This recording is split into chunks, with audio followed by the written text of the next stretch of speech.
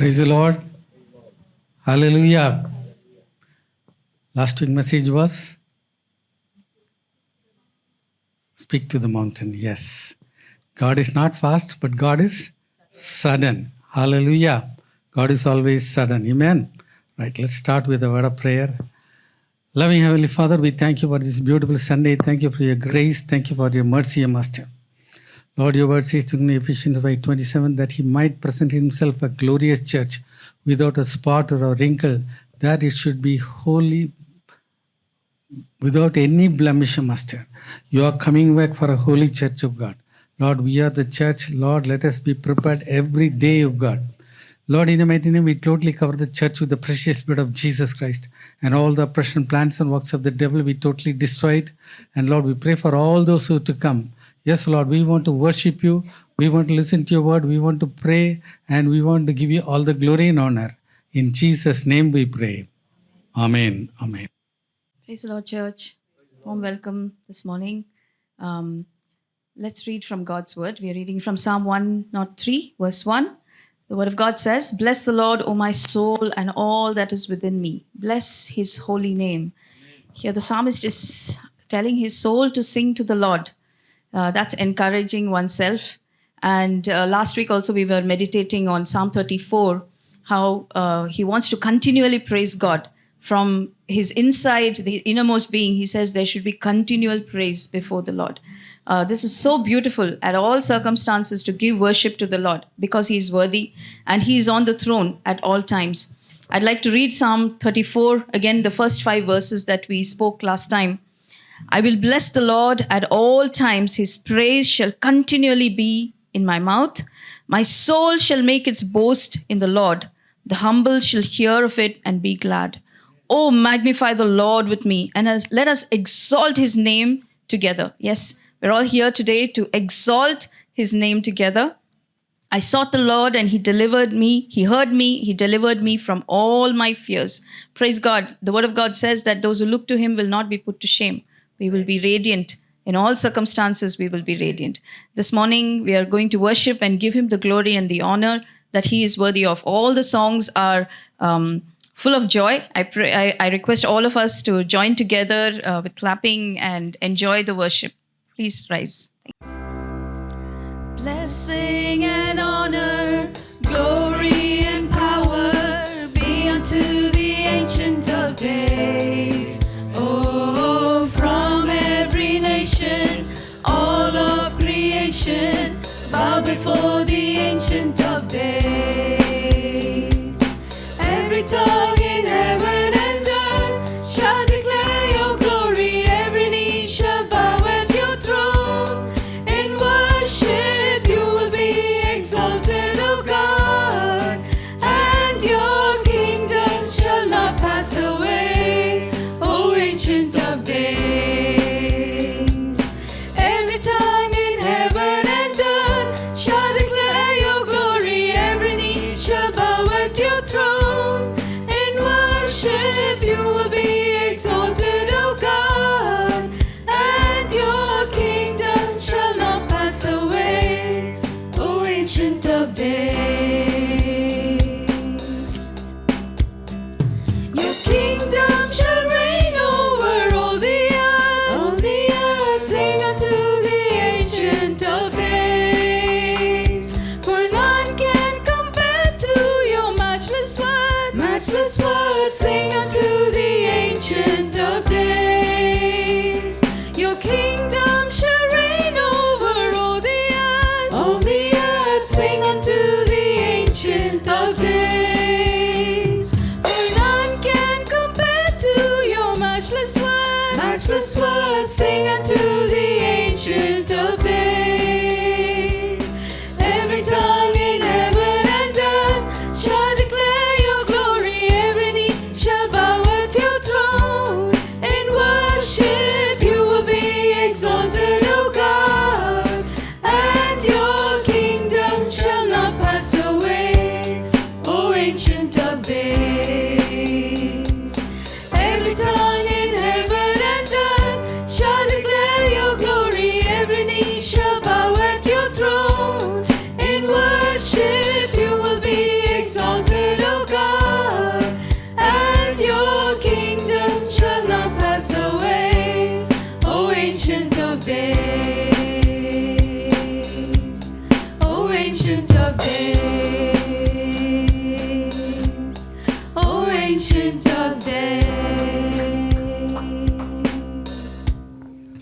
you, Father. Lord God, here standing in your presence, O Lord God.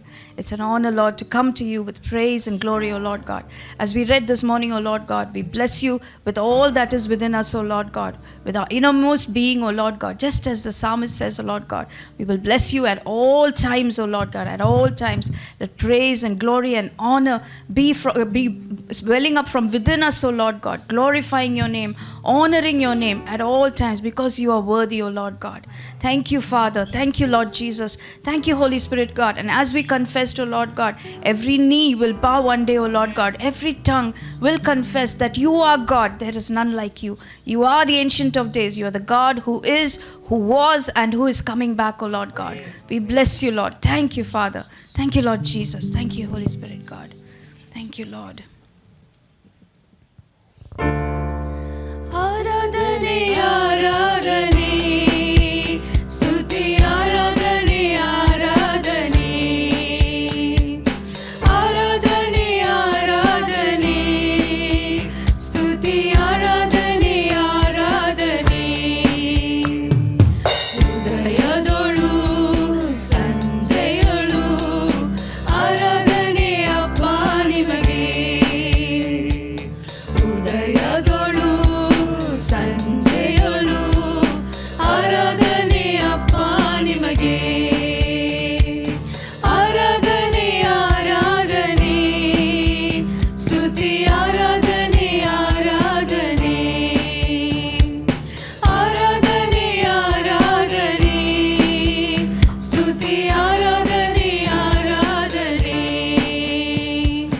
ದೇವರಾತ್ಮನೇ ನಿನಗೆ ಆರಾಧನೆ ದೇವ ಮಗನೇ ನಿನಗೆ ಆರಾಧನೆ ದೇವರಾತ್ಮನೇ ನಿನಗೆ ಆರಾಧನೆ ದೇವ ಮಗನೇ ನಿನಗೆ ಆರಾಧನೆ ಅಪ್ಪ ತಂದೆಯೇ ನಿಮಗೆ ಆರಾಧನೆ ದೇವಾದಿ ದೇವ ನಿಮಗೆ ಆರಾಧನೆ ಅಪ್ಪ ತಂದೆಯೇ ನಿಮಗೆ ಆರಾಧನೆ ದೇವಾದಿ ದೇವ ನಿಮಗೆ ಆರಾಧನೆ ಆರಾಧನೆ ಆರಾಧನೆ ಸ್ತುತಿ ಆರಾಧನೆ ಆರಾಧನೆ ಆರಾಧನೆ ಆರಾಧನೆ ಸ್ತುತಿ ಆರಾಧನೆ ಆರಾಧನೆ ಜೀವ ಬಲಿಯೇ ನಿಮಗೆ ಆರಾಧನೆ ಜೀವ ಜಲವೇ ನಿಮಗೆ ಆರಾಧನೆ ಜೀವ ಬಲಿಯೇ ನಿಮಗೆ ಆರಾಧನೆ ಜೀವ ಜಲವೇ ನಿಮಗೆ ಆರಾಧನೆ ಮೇಘ ಸ್ತಂಭವೇ ನಿಮಗೆ ಆರಾಧನೆ ಮೇಸಿಯನೇ ನಿನಗೆ ಆರಾಧನೆ ಮೇಘ ಸ್ತಂಭವೇ ನಿಮಗೆ ಆರಾಧನೆ ಮೇಸಿಯನೇ ನಿಮಗೆ ಆರಾಧನೆ ಆರಾಧನೆ ಆರಾಧನೆ ಸ್ತುತಿ ಆರಾಧನೆ ಆರಾಧನೆ ಆರಾಧನೆ ಆರಾಧನೆ ಸ್ತುತಿ ಆರಾಧನೆ ಆರಾಧನೆ ಪರಪರನೇ ನಿಮಗೆ ಆರಾಧನೆ ಸರ್ವಶಕ್ತನೇ ನಿಮಗೆ ಆರಾಧನೆ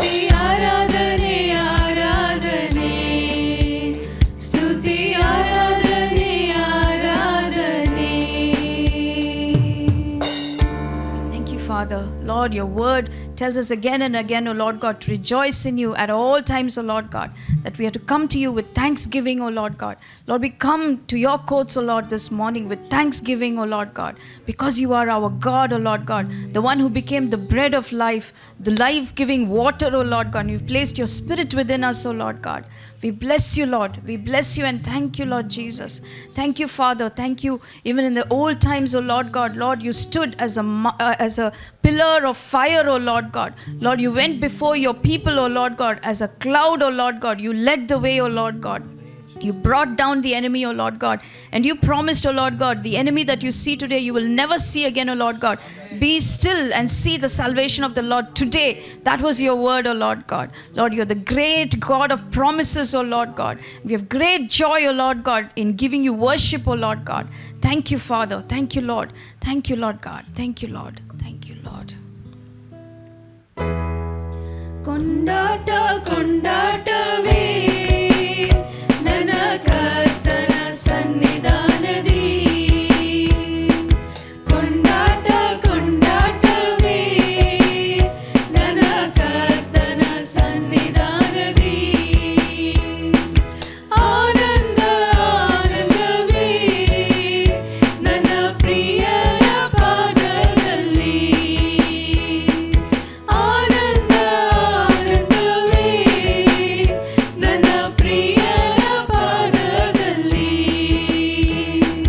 ಕೊಂಡಾಟವೇ ನನ್ನ ಕರ್ತನ ಸನ್ನಿಧಾನದಿ ಕೊಂಡಾಟವೇ ನನ್ನ ಕರ್ತನ ಸನ್ನಿಧಾನದಿ ಪಾಪವೆಲ್ಲ ತೊಲಗಿದು ಶಾಪವೆಲ್ಲ ನೀಗಿದು ಯೇಸುವಿನ ರಕ್ತದಿಂದ ಪಾಪವೆಲ್ಲ ತೊಲಗಿದು ಶಾಪವೆಲ್ಲ ನೀಗಿದು ಯೇಸುವಿನ ರಕ್ತದಿಂದ ಕ್ರಿಸ್ತನಲ್ಲಿ ಜೀವನ ಕೃಪೆಯ ಜೀವನ ಪರಿಶುದ್ಧ ಆತ್ಮರಿಂದ ಕ್ರಿಸ್ತನಲ್ಲಿ ಜೀವನ ಕೃಪೆಯ ಜೀವನ ಪರಿಶುದ್ಧ ಆತ್ಮರಿಂದ ಕೊಂಡಾಟವೇ ನನ್ನ ಕರ್ತನ ಸನ್ನಿಧಾನದಿ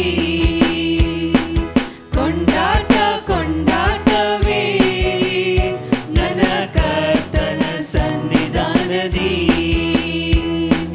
ದೇವಾದಿ ದೇವನು ದಿನ ದಿನವೂ ತಂಗುವ ದೇವಾಲಯ ನಾನೇ ದೇವಾದಿ ದೇವನು ದಿನ ದಿನವೂ ತಂಗುವ ದೇವಾಲಯ ನಾನೇ ಆತ್ಮನ ಮುದ್ರೆ ನನ್ನ ಮೇಲೆ ಉಂಟು ಅತಿಶಯವೇ ಓ ಆತ್ಮನ ಮುದ್ರೆ ನನ್ನ ಮೇಲೆ ಉಂಟು ಅತಿಶಯವೇ ಕೊಂಡಾಟವೇ ನನ್ನ ಕರ್ತನ ಸನ್ನಿಧಾನದಿ ಕೊಂಡಾಟವೇ ನನ್ನ ಕರ್ತನ ಸನ್ನಿಧಾನದಿ ದೇವಾದಿ ದೇವನು ದಿನ ದಿನವೂ ತಂಗುವ ದೇವಾಲಯ ನಾನೇ ದೇವಾದಿ ದೇವನು ದಿನ ದಿನವೂ ತಂಗುವ ದೇವಾಲಯ ನಾನೇ ಆತ್ಮನ ಮುದ್ರೆ ನನ್ನ ಮೇಲೆ ಉಂಟು ಅತಿಶಯವೇ ಓ ಆತ್ಮನ ಮುದ್ರೆ ನನ್ನ ಮೇಲೆ ಉಂಟು ಅತಿಶಯವೇ ಕೊಂಡಾಟವೇ ನನ್ನ ಕರ್ತನ ಸನ್ನಿಧಾನದಿ ಕೊಂಡಾಟವೇ ನನ್ನ ಕರ್ತನ ಸನ್ನಿಧಾನದಿ ಆನಂದವೇ ನನ್ನ ಪ್ರಿಯನ ಪಾದದಲ್ಲಿ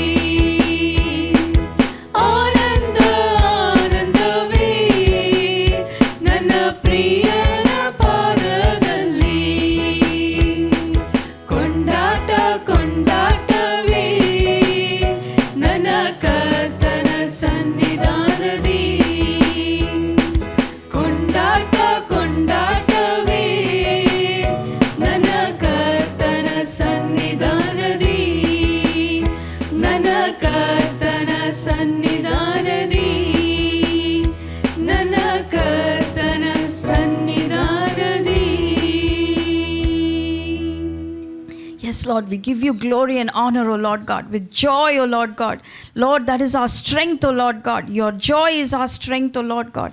And we go forward knowing, O Lord God, you're the God who goes before us, making every crooked path straight, O Lord God. Lord, as we were meditating this morning, O Lord God, you're preparing us, the church, O Lord God. You're preparing us, O Lord God, to meet with the Lord, to be spotless, to be blemish free, O Lord God, at the coming of our Lord Jesus. Lord, we look to you, O Lord God. God, you've called each one of us to be the temple of your Spirit, O Lord God. You've sealed us with your Holy Spirit, O Lord God. Lord, we pray, O Lord God. Lord, we'll be prepared. Our lamps will be overflowing with oil, O Lord God, at your coming, Lord Jesus. The flame will be ever burning, O Lord God, at your coming, O Lord God. Lord, we just have you to thank for, Lord God. Your grace, your mercy, every day it is new, Lord. Every day it is new, O Lord God, by which we are strengthened. Thank you, Father. We bless you, O Lord God. Thank you, Lord. Thank you, Lord. The sun comes up, it's a new day dawning. It's time to sing your song again. Whatever may pass and whatever lies before me, let me be singing when the evening comes. Bless the Lord, oh my soul, oh my soul.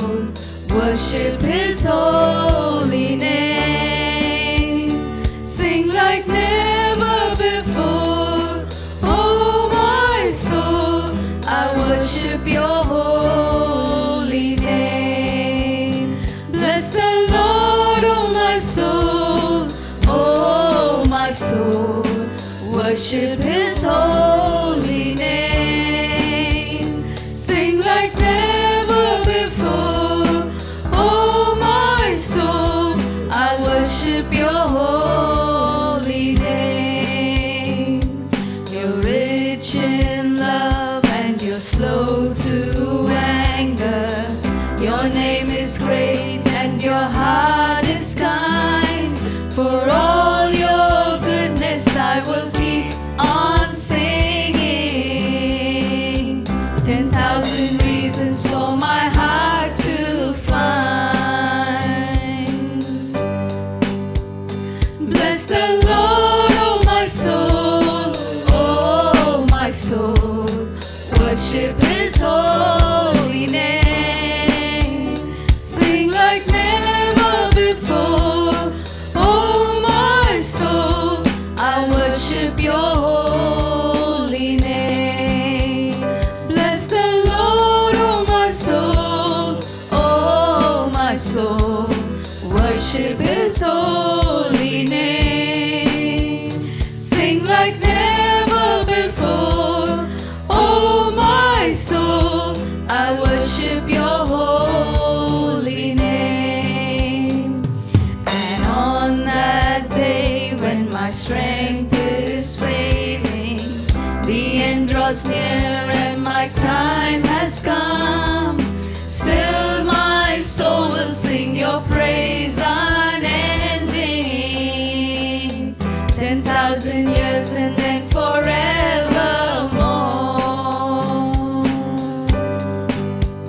Bless the Lord, oh my soul, oh my soul. Worship his holy name. Sing like never before, oh my soul. I worship your holy name. Bless the Lord, oh my soul, oh my soul. Worship his holy name. Sing like never before, oh my soul. I worship your holy name. Bless the Lord, oh my soul, oh my soul. Worship his holy name. Sing like never before, oh my soul. I worship your holy name. Lord, I worship your holy name.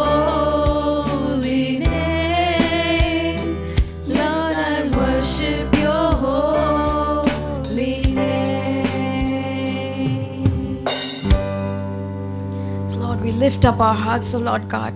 And from our innermost being, O Lord God, we worship you, Lord God. We bless you, O Lord God, because you have preserved us from the pit, O Lord God.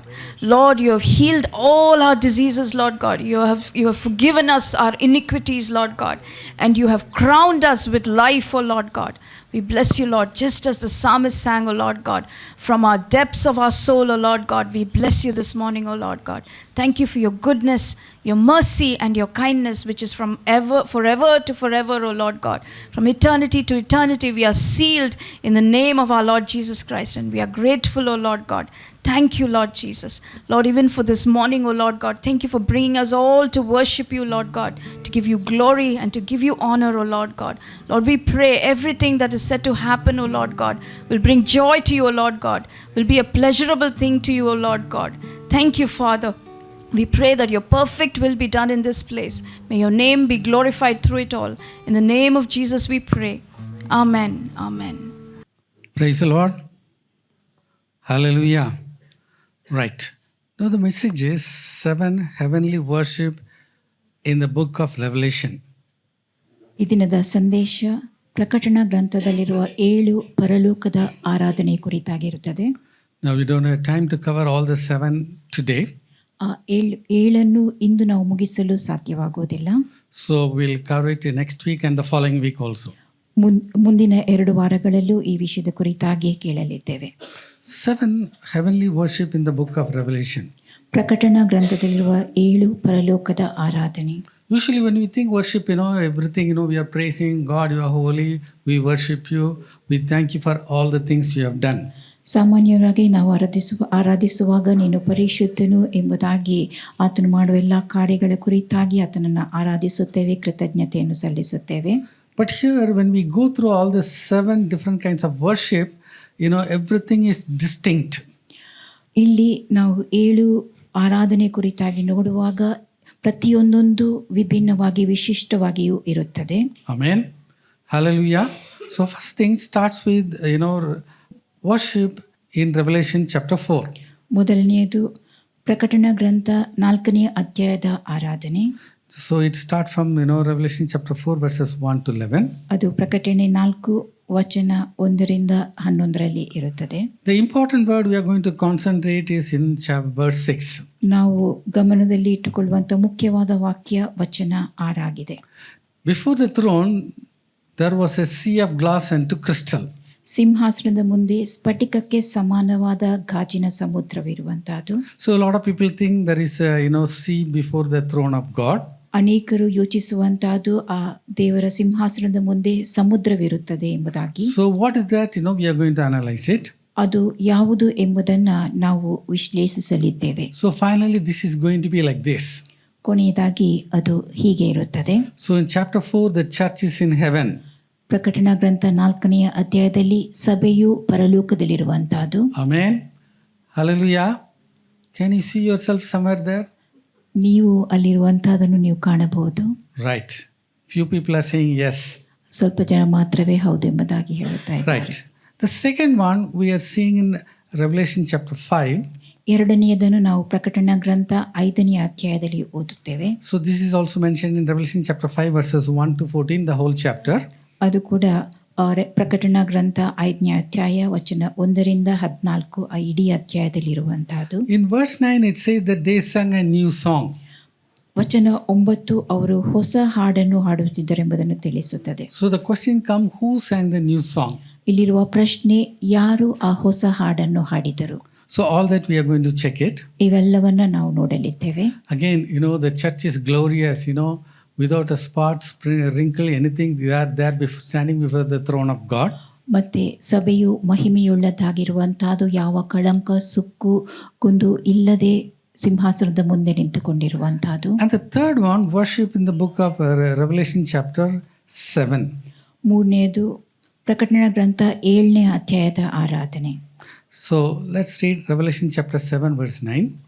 ಪ್ರಕಟಣೆ 7 ವಚನ 9 ಓದುವ. After this I beheld, and lo, a great multitude which no man could number, of all nations and kindreds and people and tongues, stood before the throne and before the Lamb, clothed with white robes and palms in their hands. Amen. Chapter 4 and chapter 5, from the activities we are trying to see with the circumstantial evidence, the church is there. ಪ್ರಕಟಣೆ 4 ಮತ್ತು 5ರಲ್ಲಿ ಅಲ್ಲಿ ನಡೆಯುವ ಚಟುವಟಿಕೆಗಳಿಂದ ನಾವು ನೋಡುವಂತಹದ್ದು ಸಭೆಯು ದೇವರ ಸಿಂಹಾಸನದ ಮುಂದೆ ಇರುವಂತಹದನ್ನು. But in chapter 7 verse 9, it is very clearly it's given.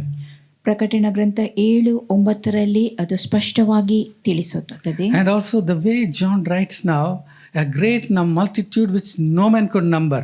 ಇಲ್ಲಿ ಯೋಹಾನನು ಬರೆಯುವಂತಹದ್ದು ಯಾರಿಂದಲೂ ಎಣಿಸಲಾಗದ ಮಹಾ ಸಮೂಹ ಎಂಬುದಾಗಿ. Hallelujah. Finally the church is won. ಕೊನೆಯದಾಗಿ ಸಭೆ ಜಯಗಳಿಸಿರುವ. Amen. Church is victorious at the end. ಅಂತ್ಯದಲ್ಲಿ ಸಭೆ ಜಯಶಾಲಿಯಾಗಿರುವಂತಹದ್ದು. Hallelujah. Amen. Praise the Lord.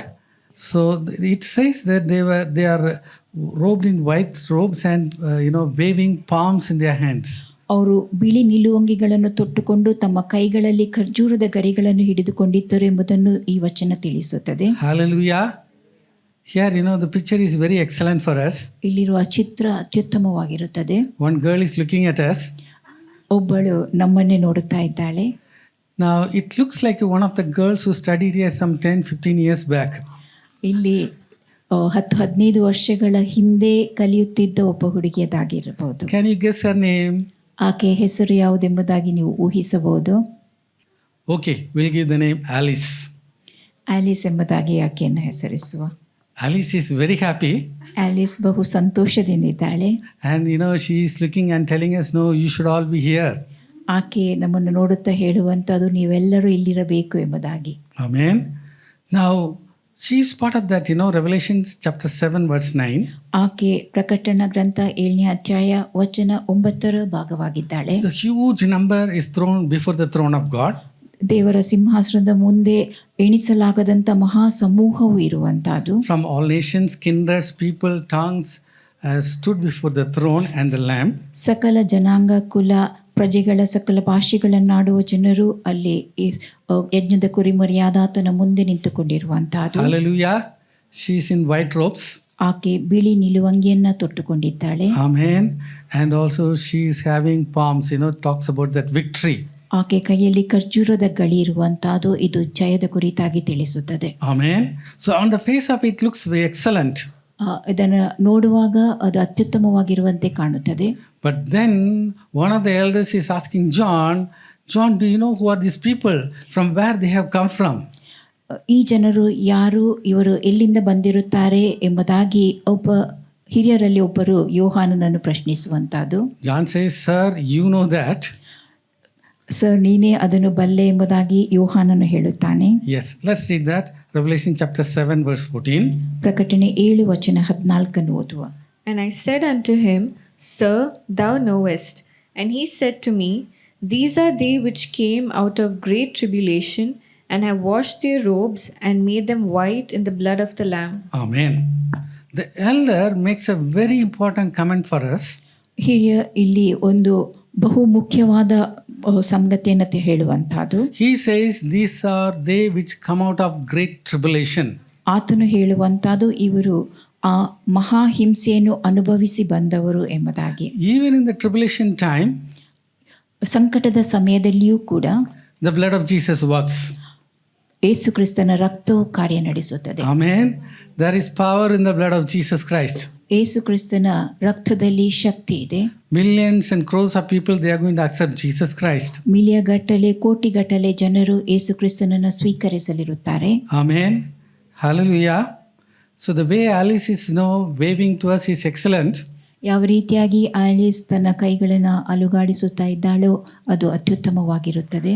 But then the elder said something, they have come out of great tribulation. ಹಿರಿಯರು ಹೇಳುವಂತಹದ್ದು ಅವರು ಮಹಾ ಹಿಂಸೆಯನ್ನು ಅನುಭವಿಸಿ ಬಂದವರು ಎಂಬುದಾಗಿ. Amen. What do you mean by this great tribulation? ಈ ಮಹಾ ಹಿಂಸೆ ಅಂದರೇನು? Is it the 7-year tribulation? ಅದು 7 ವರ್ಷದ ಕಾಲದ ಸಂಕಟದ ಸಮಯವು? or all the time the churches to go to trials and tribulations. ಎಲ್ಲ ಸಮಯದಲ್ಲಿಯೂ ಸಭೆ ಕಷ್ಟ ಸಂಕಟಗಳ ಮೂಲಕವಾಗಿ ಹಾದು ಹೋಗುವುದು ನಮಗೆ ತಿಳಿದದೆ. In the 2nd century, 3rd century and all, they were beheaded also for the name of Jesus Christ. 2ನೇ ಶತಮಾನ 3ನೇ ಶತಮಾನದ ಸಮಯದಲ್ಲಿ ಯೇಸು ಕ್ರಿಸ್ತನ ಹೆಸರಿನ ನಿಮಿತ್ತವಾಗಿ ಅವರ ತಲೆಗಳನ್ನು ಕಡಿದು ಹಾಕಲಾಗುತ್ತಿತ್ತು. Yes, even now in some of the countries when they accept Jesus Christ, they are killed also. ಈಗಲೂ ಕೂಡ ಕೆಲವೊಂದು ದೇಶಗಳಲ್ಲಿ ಅವರು ಯೇಸು ಕ್ರಿಸ್ತನನ್ನ ಸ್ವೀಕರಿಸಿದ ಸಮಯದಲ್ಲಿ ಅವರನ್ನು ಕೊಲ್ಲಲಾಗುತ್ತದೆ. Is it that kind of a trouble, or they are going through the 7-year tribulation? ಇದು ಅಂಥ ಒಂದು ತೊಂದರೆಗಳು ಕಷ್ಟಗಳು ಅಥವಾ ಅವರು ಸಂಕಟದ ಸಮಯದ ಮೂಲಕವಾಗಿ ಹಾದು ಹೋಗುತ್ತಾ ಇದ್ದಾರೋ? Now about great tribulation, let's read one word told by our Lord and Savior Jesus Christ. ಈ ಮಹಾಹಿಂಸೆಯ ಕುರಿತಾಗಿ ನಮ್ಮ ಕರ್ತನಾದ ಯೇಸು ಕ್ರಿಸ್ತನು ಹೇಳಿದಂಥ ಸಂಗತಿಯನ್ನು ನೋಡುವ. Let's read Matthew chapter 24 verse 21. ಮತ್ತಾಯ 24 ವಚನ 21. For then shall be great tribulation, for as was not since the beginning of the world to this time, no, nor ever shall be. Amen. Now it's very clear. Here Jesus is talking about the 7-year tribulation period. ಇಲ್ಲಿ ಯೇಸು ಸ್ಪಷ್ಟವಾಗಿ ಹೇಳುವಂತಹದ್ದು 7 ವರ್ಷದ ಕಾಲದ ಸಂಕಟದ ಸಮಯದ ಕುರಿತಾಗಿ. Amen. Hallelujah. Now how to solve our problem? ನಮ್ಮ ಸಮಸ್ಯೆಗಳನ್ನು ಹೇಗೆ ಬಗೆಹರಿಸುವುದು? Revelation 7:14 says great tribulation. ಪ್ರಕಟಣೆ 7:14 ಆ ಮಹಾಹಿಂಸೆಯ ಕುರಿತಾಗಿ ತಿಳಿಸುತ್ತದೆ. Matthew 24:21 also talks about great tribulation. ಮತ್ತಾಯ 24:21 ಕೂಡ ಆ ಮಹಾ ಸಂಕಟದ ಕುರಿತಾಗಿ ತಿಳಿಸುತ್ತದೆ. But anyway, about this Revelation chapter 7 we are going to discuss only next week.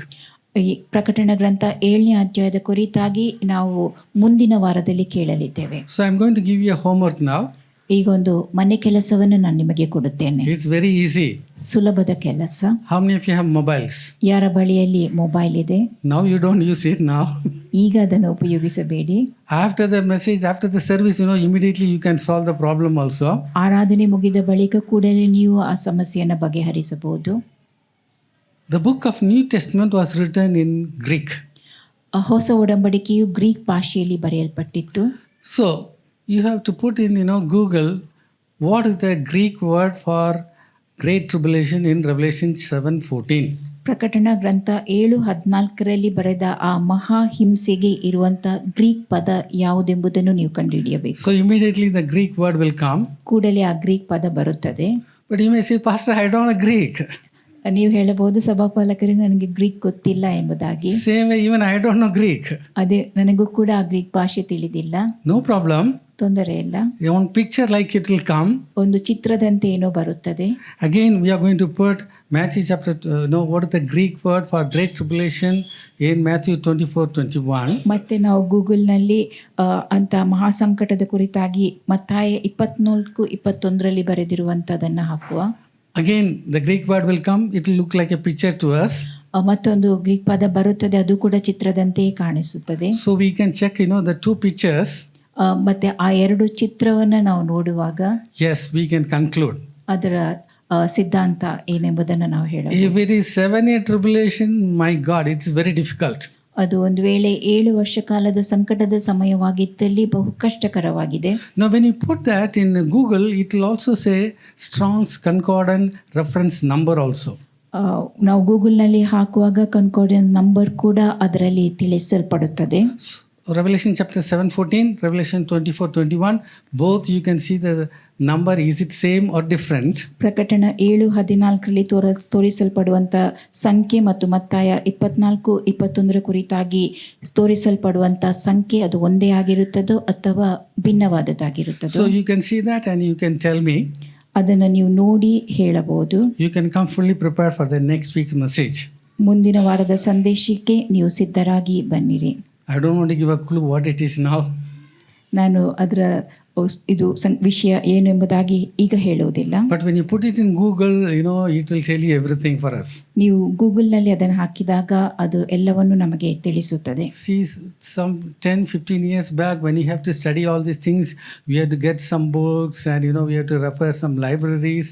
But thank God, God has given us everything. Everything is in our hand today. ಅನೇಕ ವರ್ಷಗಳ ಹಿಂದೆ ಈ ವಿಷಯದ ಕುರಿತಾಗಿ ನಾವು ಕಲಿತುಕೊಳ್ಳಬೇಕಾದಲ್ಲಿ ಅನೇಕ ಪುಸ್ತಕಗಳನ್ನು ನಾವು ಓದಿ ಅಭ್ಯಾಸಿಸಬೇಕಾಗಿತ್ತು. ಆದರೆ ಎಲ್ಲವೂ ಈಗ ಗೂಗಲ್ನಲ್ಲಿ ಲಭ್ಯವಾಗಿರುತ್ತದೆ. ದೇವರಿಗೆ ಸ್ತೋತ್ರ.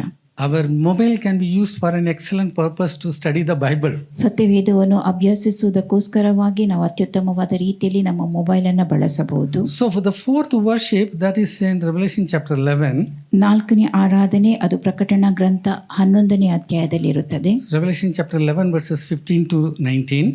ಪ್ರಕಟಣೆ 11 ವಚನ 15ರಿಂದ 19. Right. Let's read Revelation chapter 11 verse 15. This is a great prophecy, very powerful. ಪ್ರಕಟಣೆ 11:15 ಓದುವ ಇದು ದೊಡ್ಡ ಪ್ರವಾದನೆಯಾಗಿದೆ, ಬಲವುಳ್ಳದ್ದು ಆಗಿದೆ. And the seventh angel sounded, and there were great voices in heaven saying, The kingdoms of this world are become the kingdoms of our Lord and of his Christ, and he shall reign forever and ever. Amen. Even in the tribulation time, ಸಂಕಟದ ಸಮಯದಲ್ಲಿಯೂ ಕೂಡ there is a great harvest. ಅಲ್ಲಿ ದೊಡ್ಡ ಸುಗ್ಗಿ ಇರುತ್ತದೆ. Amen. The word, the concept, the kingdoms of the world are going to become the kingdom of our Lord and Savior, kingdom of our Lord and of his Christ. ಲೋಕದ ರಾಜ್ಯಾಧಿಕಾರವು ನಮ್ಮ ಕರ್ತನಿಗೂ ಆತನ ಅಭಿಷೇಕಿಸಿದವನಿಗೂ ಉಂಟಾಗುತ್ತದೆ. And he shall reign forever and ever. ಆತನು ಯುಗಾಂತರಗಳಲ್ಲಿಯೂ ರಾಜ್ಯವನ್ನು ಆಳುವನು. So this is excellent again. ಇದು ಅತ್ಯುತ್ತಮವಾಗಿರುತ್ತದೆ. But then Revelations 11:18 when we read it gives another clue. ಪ್ರಕಟಣೆ 11:18 ಓದುವಾಗ ಅದು ಮತ್ತೊಂದು ಸುಳಿವನ್ನು ನೀಡುತ್ತದೆ. Right. Let's read Revelation 11:18. ಪ್ರಕಟಣೆ 11:18 ಓದುವ. And the nations were angry, and their wrath is come, and the time of the dead that they should be judged, and that thou shouldest give reward unto thy servants the prophets, and to the saints, and them that fear thy name, small and great, and shouldest destroy them which destroy the earth. Amen. Praise the Lord. Let me ask you a question now.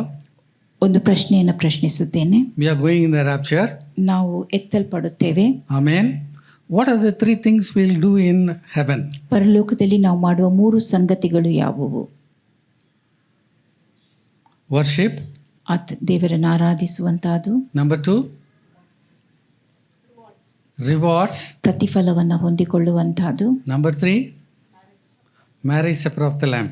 ಯಜ್ಞದ ಕುರಿಮರಿಯಾದ ತನ್ನ ಔತಣಕೂಟದಲ್ಲಿ ಪಾಲ್ಗೊಳ್ಳುವಂತಹದ್ದು. Now this scripture talks about the rewards. ಈ ವಾಕ್ಯ ಪ್ರತಿಫಲ ದೊರಕುವ ಕುರಿತಾಗಿ ತಿಳಿಸುತ್ತದೆ. Reward unto thy servants of the prophets. ಪ್ರವಾದಿಗಳಿಗೂ ದೇವಜನರಿಗೂ ಪ್ರತಿಫಲವನ್ನು ಕೊಡುವಂತಹದ್ದು, ದೇವರ ದಾಸರಿಗೂ. And to the saints. ದೇವಜನರಿಗೂ. And to them that fear the name. ಮತ್ತು ದೇವರ ನಾಮಕ್ಕೆ ಭಯಪಡುವವರಿಗೂ. Small and great. ದೊಡ್ಡವರಿಗೂ ಚಿಕ್ಕವರಿಗೂ. So this is almost like in the middle of the tribulation. ಇದು ಸಂಕಟದ ಸಮಯದ ಮಧ್ಯದಲ್ಲಿ ಇರುವಂತೆ ಕಾಣಿಸುತ್ತದೆ. Hallelujah. So the rewarding ceremony has started there. ಪ್ರತಿಫಲ ಕೊಡುವಂತ ಆ ಆಚರಣೆ ಅಲ್ಲಿ ಆರಂಭಗೊಂಡಿರುತ್ತದೆ. Amen. Hallelujah. Who are the people there? ಅಲ್ಲಿರುವಂತ ಜನರು ಯಾರು? Rewarded unto the servants, the prophets. ನಿನ್ನ ದಾಸರಾದ ಪ್ರವಾದಿಗಳು. And to the saints. ದೇವಜನರು. And to them that fear the name. ಮತ್ತು ದೇವರ ನಾಮಕ್ಕೆ ಭಯಪಡುವವರು. Small and great. ದೊಡ್ಡವರು ಚಿಕ್ಕವರು. Hallelujah. It clearly puts the word saint. ಇಲ್ಲಿ ದೇವಜನರು ಎಂಬುದಾಗಿ ಸ್ಪಷ್ಟವಾಗಿ ಆ ಪದವನ್ನು ಇರಿಸಲಾಗಿದೆ. Are you a saint? ನೀವು ದೇವಜನರಾಗಿದ್ದೀರೋ? Only 2 options. You are a saint or a sinner. ನೀವು ಎರಡೇ ಆಯ್ಕೆ ಇರುವಂತಹದ್ದು, ಒಂದು ನೀವು ದೇವಜನ ಅಥವಾ ಪಾಪಿ. Some people think they are saved sinners. ಕೆಲವರು ಯೋಚಿಸುವಂತಹದ್ದು ರಕ್ಷಿಸಲ್ಪಟ್ಟಂತ ಪಾಪಿ ಎಂಬುದಾಗಿ. But that is not written there. ಆದರೆ ಇಲ್ಲಿ ಅದು ಬರೆಯಲ್ಪಟ್ಟಿಲ್ಲ. So if you want to be there that day, ಆ ದಿನದಂದು ನೀವು ಅಲ್ಲಿರಬೇಕಾದಲ್ಲಿ you have to be a saint. ನೀವು ದೇವಜನರಾಗಿರಬೇಕು. Amen. Now the question is, are you a saint? ಇಲ್ಲಿರುವ ಪ್ರಶ್ನೆ, ನೀವು ದೇವಜನರು? Yes. Hallelujah. 2 Corinthians 5:17 it says, if any man be in Christ, he is a new creation. All things are passed away. Behold, all things have become new. 2 ಕೊರಿಂಥ 5:17 ಹೀಗೆ ಹೇಳುತ್ತದೆ, ಯಾವನಾದರೂ ಕ್ರಿಸ್ತನಲ್ಲಿದ್ದರೆ ಆತನು ನೂತನ ಸೃಷ್ಟಿಯಾದನು, ಈಗ ಪೂರ್ವಸ್ತುತಿಯು ಹೋಗಿ ಎಲ್ಲವೂ ನೂತನವಾಯಿತು. Amen. Old sinful nature has gone. ಹಳೆಯ ಪಾಪದಿಂದ ತುಂಬಿದ ಆ ಸ್ವಭಾವ ಅದು ಹೊರಟು ಹೋಯಿತು. So everything has become new. ಎಲ್ಲವೂ ಈಗ ನೂತನವಾಗಿರುವಂತಹದ್ದು. Amen. Now you are a saint. ಈಗ ನೀವು ದೇವಜನರಾಗಿದ್ದೀರಿ. Appa. Hallelujah. No, my job is to take you all with me. ನನ್ನ ಕೆಲಸ ನನ್ನೊಂದಿಗೆ ನಿಮ್ಮೆಲ್ಲರನ್ನ ಮೇಲೆ ಕೊಯ್ಯುವಂಥದ್ದು. Amen. So you have to remove all that other words from your dictionary and you have to say you are a saint. ನಿಮ್ಮ ನಿಘಂಟಿನಲ್ಲಿರುವ ಇತರ ಎಲ್ಲ ಪದಗಳನ್ನು ನೀವು ತೆಗೆದು ಹಾಕಬೇಕು. ನೀವು ದೇವಜನರಾಗಿದ್ದೀರಿ. Hallelujah. Sunday to next Sunday, you are a saint. ಪ್ರತಿನಿತ್ಯವೂ ಒಂದು ಭಾನುವಾರದಿಂದ ಮತ್ತೊಂದು ಭಾನುವಾರದವರೆಗೂ ನೀವು ದೇವಜನರು. Not only Sunday, only for Sunday. ಕೇವಲ ಭಾನುವಾರ ದಿನದಂದು ಮಾತ್ರವೇ ಅಲ್ಲ. Amen. Hallelujah. He has redeemed, Jesus Christ has redeemed us by his blood once and for all. ಯೇಸು ಕ್ರಿಸ್ತನು ಒಂದೇ ಸಾರಿ ತನ್ನ ರಕ್ತದ ಮೂಲಕವಾಗಿ ನಮ್ಮನ್ನು ವಿಮೋಚಿಸಿದ್ದಾನೆ. So here it says very clearly the kingdoms of the world are becoming the kingdom of our Lord and Savior Jesus Christ. ಇಲ್ಲಿ ಸ್ಪಷ್ಟವಾಗಿ ಹೇಳುವಂತಹದ್ದು ಲೋಕದ ರಾಜ್ಯಾಧಿಕಾರವು ನಮ್ಮ ಕರ್ತನಾದ ಯೇಸು ಕ್ರಿಸ್ತನಿಗೆ ಉಂಟಾಯಿತೆಂಬುದಾಗಿ. So chapter 4, chapter 5, the first set of people, those who are gone, they are all already there. ಅಧ್ಯಾಯ 4 ಹಾಗೂ 5ರಲ್ಲಿ ಅಲ್ಲಿಗೆ ಹೋದಂಥ ಮೊದಲ ಗುಂಪಿನ ಜನರು ಅಲ್ಲಿರುವಂತಹದ್ದು. Chapter 7 we'll discuss next week. 7ರ ಕುರಿತಾಗಿ ನಾವು ಮುಂದಿನ ವಾರದಲ್ಲಿ ಕೇಳುವ. Now here's some chapter 15 we see that some more people are coming. ಅಧ್ಯಾಯ 15ರಲ್ಲಿ ಇನ್ನೂ ಕೆಲವು ಜನರು ಬರುವಂತಹದನ್ನು ನಾವು ನೋಡುತ್ತೇವೆ. In fact, in the 7-year tribulation time, some people they will die as martyrs for Jesus and they will come there. 7 ವರ್ಷದ ಸಂಕಟದ ಸಮಯದಲ್ಲಿ ಕೆಲವರು ಹುತಾತ್ಮರಾಗಿ ಸತ್ತು ಅವರು ಕೂಡ ಅಲ್ಲಿಗೆ ಬರುತ್ತಾರೆ. Number 5th, worship in Revelation chapter 15. 5ನೇ ಆರಾಧನೆ ಪ್ರಕಟಣ ಗ್ರಂಥ 15ನೇ ಅಧ್ಯಾಯದಲ್ಲಿರುವಂತಹ ಆರಾಧನೆಯಾಗಿದೆ. Revelation 15 chapter 2, 3, 4, 5 verses. ಪ್ರಕಟಣೆ 15 ವಚನ 2, 3, 4 ಹಾಗೂ 5. Right. Let's read Revelation chapter 15 verse 2. ಪ್ರಕಟಣೆ 15 ವಚನ 2 ಓದುವ. And I saw as it were a sea of glass mingled with fire, and them that had gotten the victory over the beast, and over his image, and over his mark, and over the number of his name, stand on the sea of glass, having the harps of God. Amen. Here something has gone wrong. ಇಲ್ಲಿ ಏನೋ ಒಂದು ಸಂಗತಿ ತಪ್ಪಾಗಿ ಹೋಗಿರುವಂತಹದ್ದು. We have already seen Revelation chapter 4 verse 6, it says sea of glass and to crystal. ಪ್ರಕಟಣ ಗ್ರಂಥ 4 ವಚನ 6ರಲ್ಲಿ ಸ್ಫಟಿಕಕ್ಕೆ ಸಮಾನವಾದ ಗಾಜಿನ ಸಮುದ್ರವೆಂಬುದನ್ನು ನಾವು ನೋಡುತ್ತೇವೆ. But now it says a sea of glass mingled with fire. ಇಲ್ಲಿ ಈ ವಚನದಲ್ಲಿ ನಾವು ನೋಡುವಂತಹದ್ದು ಬೆಂಕಿ ಬೆರೆತ ಗಾಜಿನ ಸಮುದ್ರ. Some extra people are coming. ಇನ್ನು ಹೆಚ್ಚಿನ ಜನರು ಅಲ್ಲಿಗೆ ಬರುವಂತಹದ್ದು. Now these extra people, they are victorious over Antichrist. ಈ ಹೆಚ್ಚಿನ ಜನರು ಕ್ರಿಸ್ತ ವಿರೋಧಿಯ ಸಮಯದಲ್ಲಿ ಜಯಶಾಲಿಗಳಾಗಿರುವಂತಹದ್ದು. Over beast is talking about Antichrist.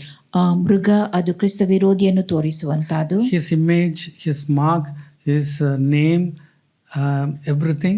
So they are victorious over that. ಆತನ ವಿಗ್ರಹ ಅಥವಾ ಅಂಕೆ ಮುದ್ರೆ ಇವುಗಳ ಮೇಲೆ ಅವರು ಜಯಗಳಿಸಿರುವವರು. That means, that time in the tribulation time also, somebody can accept Jesus Christ. ಆ ಸಂಕಟದ ಸಮಯದಲ್ಲಿಯೂ ಜನರು ಕ್ರಿಸ್ತ ಯೇಸುವನ್ನು ಸ್ವೀಕರಿಸಬಹುದು. But Antichrist will try to kill them. ಆದರೆ ಕ್ರಿಸ್ತ ವಿರೋಧಿಯು ಅವರನ್ನು ಕೊಲ್ಲಲು ಪ್ರಯತ್ನಿಸುತ್ತಾನೆ. So chapter 4, it was sea of glass and to crystal. ಅಧ್ಯಾಯ 4ರಲ್ಲಿ ನಾವು ನೋಡುವಂತಹದ್ದು ಸ್ಫಟಿಕಕ್ಕೆ ಸಮಾನವಾದ ಗಾಜಿನ ಸಮುದ್ರ. We are all there. ನಾವೆಲ್ಲರೂ ಅಲ್ಲಿರುವಂತಹದ್ದು. Amen. But now in chapter 15 it becomes like this. ಆದರೆ 15ನೇ ಅಧ್ಯಾಯದಲ್ಲಿ ಅದು ಈ ರೀತಿಯಾಗಿರುತ್ತದೆ. So they have gone to fiery trials. ಅವರು ಅಗ್ನಿ ಪರೀಕ್ಷೆಗಳ ಮೂಲಕವಾಗಿ ಹಾದು ಹೋದವರು. Amen. They missed the mark. ಅವರು ಆ ಗುರುತನ್ನು ಒಮ್ಮೆ ಕಳಕೊಂಡವರು. They could have come with us in the rapture. ಅವರು ಕೂಡ ಎತ್ತಲ್ಪಡುವಿಕೆಯಲ್ಲಿ ನಮ್ಮೊಂದಿಗೆ ಬರಬಹುದಾಗಿತ್ತು. But now fiery trials, praise God, they overcame, and that's why they have come into heaven. ಈ ಅಗ್ನಿ ಪರೀಕ್ಷೆಯನ್ನು ಜಯಿಸಿ ಈಗ ಅವರು ಅಲ್ಲಿಗೆ ಬಂದವರಾಗಿದ್ದಾರೆ. Right. Now the 6th one, worship in Revelation chapter 19, the first part.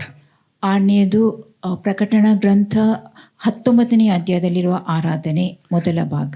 Revelation chapter 19 verses 1 to 5. ಪ್ರಕಟಣೆ 19 ವಚನ 1ರಿಂದ 5.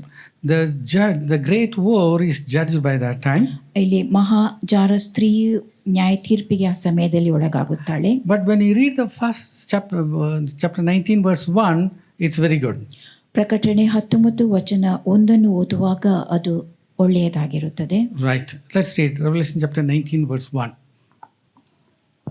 And after these things, I heard a great voice of much people in heaven saying, Hallelujah, salvation and glory and honor and power unto the Lord our God.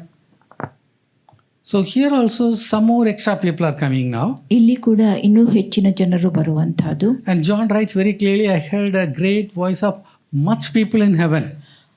ಯೋಹಾನನು ಸ್ಪಷ್ಟವಾಗಿ ಬರೆದಿರುವಂತಹದ್ದು ದೊಡ್ಡ ಗುಂಪಿನ ಮಹಾ ಶಬ್ದವನ್ನು ನಾನು ಪರಲೋಕದಲ್ಲಿ ಕೇಳಿದೆನು ಎಂಬುದಾಗಿ. Chapter 7, verse 9, he has already written so much of people that he cannot number them. ಪ್ರಕಟಣೆ 7ರಲ್ಲಿ ಆತನು ಬರೆದಿರುವಂತಹದ್ದು ಎಣಿಸಲಾಗದಂತಹ ಮಹಾ ಸಮೂಹ ಎಂಬುದಾಗಿ. Here again he says much people in heaven. ಇಲ್ಲಿ ಮತ್ತೆ ಆತನು ಹೇಳುವಂತಹದ್ದು ದೊಡ್ಡ ಗುಂಪಿನ ಜನರು ಎಂಬುದಾಗಿ. So by this time, there are some more people have come. ಈ ಸಮಯದೊಳಗಾಗಿ ಇನ್ನೂ ಹೆಚ್ಚಿನ ಜನರು ಅಲ್ಲಿಗೆ ಬಂದಿರುವಂತಹದ್ದು. But then when we read verse 2, it gives a different, perspective. ವಚನ 2 ನೋಡುವಾಗ ಅದು ಭಿನ್ನವಾದ ಒಂದು ದೃಷ್ಟಿಕೋನವನ್ನು ನೀಡುತ್ತದೆ. For true and righteous are his judgments, for he had judged the great whore, which did corrupt the earth with her fornication, and hath avenged the blood of his servants at her hand. Amen. The whore is judged now. ಈಗ ಆ ಮಹಾ ಜಾರ ಸ್ತ್ರೀಯು ನ್ಯಾಯ ತೀರ್ಪಿಗೊಳಗಾಗುತ್ತಾಳೆ. Which did corrupt the earth with her fornication. ಆಕೆಯ ಜಾರತ್ವದ ಮೂಲಕವಾಗಿ ಆ ಭೂಲೋಕವನ್ನು ಭ್ರಷ್ಟಗೊಳಿಸಿದ್ದಳು. Now, we the people, we are going in the rapture, we have to be overcomers over sexual sins. ನಾವು ಎತ್ತಲ್ಪಡುವಂಥ ಸಂತತಿಯವರಾಗಿದ್ದೇವೆ. ಲೈಂಗಿಕ ಪಾಪದ ಮೇಲೆ ನಾವು ಜಯಗಳಿಸಿದವರಾಗಿರಬೇಕು. Amen. So we have to be holy through and through. ನಾವು ಸಂಪೂರ್ಣವಾಗಿ ಪರಿಶುದ್ಧರಾಗಿರಬೇಕು. Now the devil is tempting the people with fornication and adultery even up to Revelation chapter 19. ಸೈತಾನನು ಜನರನ್ನ ಜಾರತ್ವ ವ್ಯಭಿಚಾರದ ಮೂಲಕವಾಗಿ ಈ ಪ್ರಕಟಣಾ ಗ್ರಂಥ 19ನೇ ಅಧ್ಯಾಯದವರೆಗೂ ಶೋಧನೆಗೊಳಪಡಿಸುತ್ತಲೇ ಇರುವಂತಹದ್ದು. So that is one of the greatest temptation. The spirit of Antichrist is going to tempt the people. ಕ್ರಿಸ್ತ ವಿರೋಧಿಯು ಆ ರೀತಿಯಾಗಿ ಮಹಾ ಶೋಧನೆಗಳ ಮೂಲಕವಾಗಿ ಜನರನ್ನು ಶೋಧನೆಗೊಳಪಡಿಸುತ್ತಾನೆ. Today also, all these social medias, Facebook, WhatsApp and all these things, we can see lot of things are coming. ಸಾಮಾಜಿಕ ಜಾಲತಾಣಗಳಲ್ಲಿ Facebook ಮೂಲಕವಾಗಿ ಅನೇಕ ಸಂಗತಿಗಳ ಮೂಲಕವಾಗಿ ಅನೇಕ ಸಂಗತಿಗಳನ್ನು ನಾವು ನೋಡುತ್ತೇವೆ. Some of the devil wants the people to be pulled out. They should be defeated. ಯಾವುದೇ ರೀತಿಯಲ್ಲಿ ಆದರೂ ಜನರು ಸೋತು ಹೋಗಬೇಕೆಂಬುದಾಗಿ. So sexual sins are there even up to Revelation chapter 19. ಪ್ರಕಟಣಾ ಗ್ರಂಥ 19ನೇ ಅಧ್ಯಾಯದವರೆಗೂ ಆ ಲೈಂಗಿಕ ಪಾಪವಿದ್ದಿರುವಂತಹದ್ದು. So those who are there overcomers at that time, they are also coming to heaven. ಆ ಸಮಯದಲ್ಲಿಯೂ ಜಯಗಳಿಸಿದವರು ಪರಲೋಕಕ್ಕೆ ಬರುತ್ತಾರೆ. The final worship is in Revelation chapter 19 verses 6 to 10. ಕೊನೆಯ ಆರಾಧನೆ ಪ್ರಕಟಣಾ ಗ್ರಂಥ 19ನೇ ಅಧ್ಯಾಯ ವಚನ 6ರಿಂದ 10ರಲ್ಲಿ ತಿಳಿಸಲ್ಪಟ್ಟಿದೆ. Right. Let's read verse 6. ವಚನ 6 ಓದುವ. And I heard as it were the voice of a great multitude, and as the voice of many waters, and as the voice of mighty thunderings, saying, Hallelujah, for the Lord God omnipotent reigneth. Amen. So finally we see a great victory for the church. ಕೊನೆಯದಾಗಿ ಸಭೆಗೆ ದೊರೆತಂತಹ ಶ್ರೇಷ್ಠ ಜಯವನ್ನು ನಾವು ನೋಡುತ್ತೇವೆ. It says that voice of great multitude. ಜನರ ದೊಡ್ಡ ಗುಂಪಿನ ಶಬ್ದ ಎಂಬುದಾಗಿ ಅಲ್ಲಿ ತಿಳಿಸಲಾಗಿದೆ. Shake hands with your neighbor and say, voice of great multitude. What is the next word is very important to us. ಮುಂದಿನ ವಚನ ನಮಗಾಗಿರುವಂತಹ ಬಹಳ ಪ್ರಾಮುಖ್ಯವಾದ ವಾಕ್ಯವಾಗಿದೆ. Revelation 19:7. ಪ್ರಕಟಣೆ 19:7. Let us be glad and rejoice and give honor to him, for the marriage of the Lamb is come, and his wife hath made herself ready. Amen. So the very climax thing we are coming now. ನಿರ್ಣಾಯಕ ಸಂಗತಿಯು ಈಗ ಬರುವಂತಹದ್ದು. The marriage of the Lamb has come. ಯಜ್ಞದ ಕುರಿಯಾದಾತನ ವಿವಾಹ ಕಾಲವು ಬಂತು. Amen. Once the marriage is over, ಒಮ್ಮೆ ವಿವಾಹವು ಮುಗಿದ ಬಳಿಕ what is going to happen? ಮತ್ತೇನಾಗುತ್ತದೆ? Marriage supper of the Lamb. ಯಜ್ಞದ ಕುರಿಮರಿಯಾದಾತನ ಔತಣಕೂಟ. And by the way, we will be eating in heaven also. ನಾವು ಪರಲೋಕದಲ್ಲಿಯೂ ಆಹಾರವನ್ನು ಸೇವಿಸುತ್ತೇವೆ. Hallelujah. Amen. You want the food to be very tasty there? ಅಲ್ಲಿರುವ ಆಹಾರ ರುಚಿಕರವಾಗಿರಬೇಕೆಂಬುದಾಗಿ ನೀವು ಬಯಸುತ್ತೀರೋ? Yes or no? ಹೌದೋ ಇಲ್ಲವೋ? So now you have to fast and pray. ಈಗ ನೀವು ಅದಕ್ಕಾಗಿ ಉಪವಾಸ ಮಾಡಿ ಪ್ರಾರ್ಥಿಸಬೇಕು. So there's no fasting. ಅಲ್ಲಿ ಉಪವಾಸ ಮಾಡುವುದಕ್ಕೆ ಇರೋದಿಲ್ಲ. There it's only eating and drinking water. ಅಲ್ಲಿ ಆಹಾರವನ್ನು ಸೇವಿಸುತ್ತಾ ನೀರು ಕುಡಿಯುತ್ತಾ ಇರುವಂತ See, this is the final crowd. ಕೊನೆಯದಾಗಿರುವಂತ ಮಹಾ ಸಮೂಹ ಇದಾಗಿರುತ್ತದೆ. Amen. Hallelujah. So we are part of that, marriage of the Lamb of God. ನಾವು ದೇವರ ಯಜ್ಞದ ಕುರಿಮರಿಯಾದ ಆತನ ಔತಣ ಕೂಟದ ಭಾಗವಾಗಿರುತ್ತೇವೆ. So quickly we will study Revelation chapter 4 and 5 today. ಪ್ರಕಟಣಾ ಗ್ರಂಥ ಅಧ್ಯಾಯ 4 ಹಾಗೂ 5 ಇಂದು ನಾವು ಅಭ್ಯಾಸಿಸಲಿದ್ದೇವೆ. Already we have studied, last year. ಕಳೆದ ವರ್ಷದಲ್ಲಿ ನಾವು ಇದರ ಕುರಿತಾಗಿ ಅಭ್ಯಾಸಿಸಿರುತ್ತೇವೆ. And some of you have memorized, Revelation chapter 4, Revelation chapter 5. ನಿಮ್ಮಲ್ಲಿ ಕೆಲವರು ಪ್ರಕಟಣಾ ಗ್ರಂಥ 4 ಹಾಗೂ ಅಧ್ಯಾಯ 5 ಕಂಠಪಾಠ ಮಾಡಿರುತ್ತೀರಿ. Amen. Yes or no? Yes. So this week just go through that once again. ಇದರ ಮೂಲಕವಾಗಿ ನಾವು ಮತ್ತೆ ಹಾದು ಹೋಗುವ. So that also, we'll keep it as a practice for next week. ಮುಂದಿನ ವಾರಕ್ಕೆ ನಾವು ಇದನ್ನ ಅಭ್ಯಾಸಿಸಿಕೊಳ್ಳುವಂತ. Right. Revelation chapter 1, it is talking about the glorious appearance of Jesus Christ. ಪ್ರಕಟಣೆ ಅಧ್ಯಾಯ 1ರಲ್ಲಿ ಕರ್ತನಾದ ಯೇಸು ಕ್ರಿಸ್ತನ ಮಹಿಮೆಯುಳ್ಳ ನೋಟದ ಕುರಿತಾಗಿ ಇರುತ್ತದೆ. Revelation chapter 2 and 3 talks about the condition of 7 churches. ಪ್ರಕಟಣೆ 2 ಹಾಗೂ 3 7 ಸಭೆಗಳ ಸ್ಥಿತಿಯ ಕುರಿತಾಗಿ ತಿಳಿಸುತ್ತದೆ. In the beginning of the year, in our fasting time, we have studied, Pastor Vijay Bhatti has come, he has taught everything. ನಮ್ಮ ವರ್ಷದ ಆರಂಭದಲ್ಲಿ ಉಪವಾಸ ದಿನದಲ್ಲಿ ಪಾಸ್ಟರ್ ವಿಜಯ್ ಬ್ಯಾಟಿ ಅವರು ಬಂದು ಪ್ರಕಟಣೆ 2-3 ಕುರಿತಾಗಿ ಸಂದೇಶವನ್ನು ನೀಡಿರುತ್ತಾರೆ. So many times the word, second chapter and third chapter, it says church. 2ನೇ ಅಧ್ಯಾಯ 3ನೇ ಅಧ್ಯಾಯದಲ್ಲಿ ಸಭೆ ಎಂಬುದಾಗಿ ಹೇಳಲ್ಪಟ್ಟಿರುತ್ತದೆ. But for chapter 4 onwards, the word church is not there up to chapter 19. ಪ್ರಕಟಣಾ ಗ್ರಂಥ 4ರಿಂದ ಮುಂದಕ್ಕೆ ಅಧ್ಯಾಯ 19ರವರೆಗೆ ಸಭೆ ಎಂಬ ಪದ ಅಲ್ಲಿ ಇರುವುದಿಲ್ಲ. The glorious church is raptured and it has come to heaven. ಮಹಿಮೆಯುಳ್ಳ ಸಭೆ ಎತ್ತಲ್ಪಟ್ಟು ಪರಲೋಕಕ್ಕೆ ಬಂದಿರುತ್ತದೆ. John had a voice. ಯೋಹಾನನಿಗೆ ಒಂದು ಶಬ್ದವು ಕೇಳುತ್ತದೆ. Come up here. ಮೇಲೇರಿ ಬಾ. I will show you the things which I must show you hereafterwards. ಮುಂದೆ ಆಗಬೇಕಾದವುಗಳನ್ನು ನಿನಗೆ ತಿಳಿಸುತ್ತೇನೆ. Now let's read verses 1 and 2. ವಚನ 1 ಹಾಗೂ 2 ಓದುವ. After this I looked, and behold, a door was opened in heaven, and the first voice which I heard was as it were of a trumpet talking with me, which said, Come up hither, and I will show thee things which must be hereafter. And immediately I was in the Spirit, and behold, a throne was set in heaven, and one sat on the throne. Amen. So this is a vision for John. ಇದು ಯೋಹಾನನಿಗುಂಟಾದ ದರ್ಶನವಾಗಿದೆ. A lot of people are saying, John has gone. ಅನೇಕರು ಹೇಳುವಂತದ್ದು ಯೋಹಾನನು ಹೊರಟು ಹೋಗಿದ್ದನು ಎಂಬುದಾಗಿ. It's just a vision for John. ಇದು ಕೇವಲ ಯೋಹಾನನಿಗೆ ದೊರೆತಂತ ದರ್ಶನವಾಗಿದೆ. After that, he was in the earth. He had written the total book of Revelation. ಆ ಬಳಿಕ ಆತನು ಈ ಭೂಲೋಕದಲ್ಲೇ ಇದ್ದು ಪ್ರಕಟಣಾ ಗ್ರಂಥವನ್ನ ಬರೆದಿರುತ್ತಾನೆ. When John will go in the rapture? ಯಾವಾಗ ಯೋಹಾನನು ಎತ್ತಲ್ಪಡಲಿದ್ದಾನೆ? John will go along with us. ನಮ್ಮೊಂದಿಗೆ ಯೋಹಾನನು ಹೋಗಲಿದ್ದಾನೆ. Amen. So this is a vision for him. ಇದು ಆತನಿಗೆ ದೊರೆತಂತ ದರ್ಶನವಾಗಿರುತ್ತದೆ. Hallelujah. Right. So a door was opened. ಬಾಗಲು ತೆರೆದಿದ್ದು. See, prophecy talks about what is going to happen in the future. ಪ್ರವಾದನೆಯು ಭವಿಷ್ಯದಲ್ಲಿ ನಡೆಯುವ ಸಂಗತಿಗಳ ಕುರಿತಾಗಿ ತಿಳಿಸುತ್ತದೆ. But whatever the word in the Bible, you can take it for yourself now. ಸತ್ಯವೇದದಲ್ಲಿ ಬರೆದಲ್ಪಟ್ಟಂತವೆಲ್ಲವುಗಳನ್ನು ನೀವು ಈಗ ನಿಮಗಾಗಿ ತೆಗೆದುಕೊಳ್ಳಬಹುದು. A door is open for you. ನಿಮಗಾಗಿ ಬಾಗಲು ತೆರೆಯಲ್ಪಟ್ಟದೆ. I'm talking to you now. ನಾನು ನಿಮ್ಮೊಂದಿಗೆ ಮಾತನಾಡುತ್ತಾ ಇದ್ದೇನೆ. God is opening a new door for you. ದೇವರು ನಿಮಗಾಗಿ ಹೊಸ ಬಾಗಲನ್ನು ತೆರೆಯುತ್ತಿದ್ದಾನೆ. Hallelujah. So Revelation chapter 4. ಪ್ರಕಟಣೆ 4. It's a vision of John. ಇದು ಯೋಹಾನನಿಗೆ ದೊರೆತ ದರ್ಶನವಾಗಿದೆ. And it's a shadow on the reality of the glorious church rapture. ಇದು ಮಹಿಮೆಯುಳ್ಳ ಸಭೆ ಎತ್ತಲ್ಪಡುವ ನೈಜತೆಯ ಛಾಯೆಯಾಗಿದೆ. And then thirdly, it's a rehearsal of the Apostle John pointing to the great rapture, the glorious church. ಇದು ಅಪೊಸ್ತಲನಾದ ಯೋಹಾನನು ಸೂಚಿಸುವಂತ ಮಹಿಮೆಯುಳ್ಳ ಸಭೆಯ ಎತ್ತಲ್ಪಡುವಿಕೆಯ ತಾಲೀಮು ಕೂಡ ಆಗಿರುತ್ತದೆ. The people of Israel, they were doing the rehearsal Passover in the wilderness.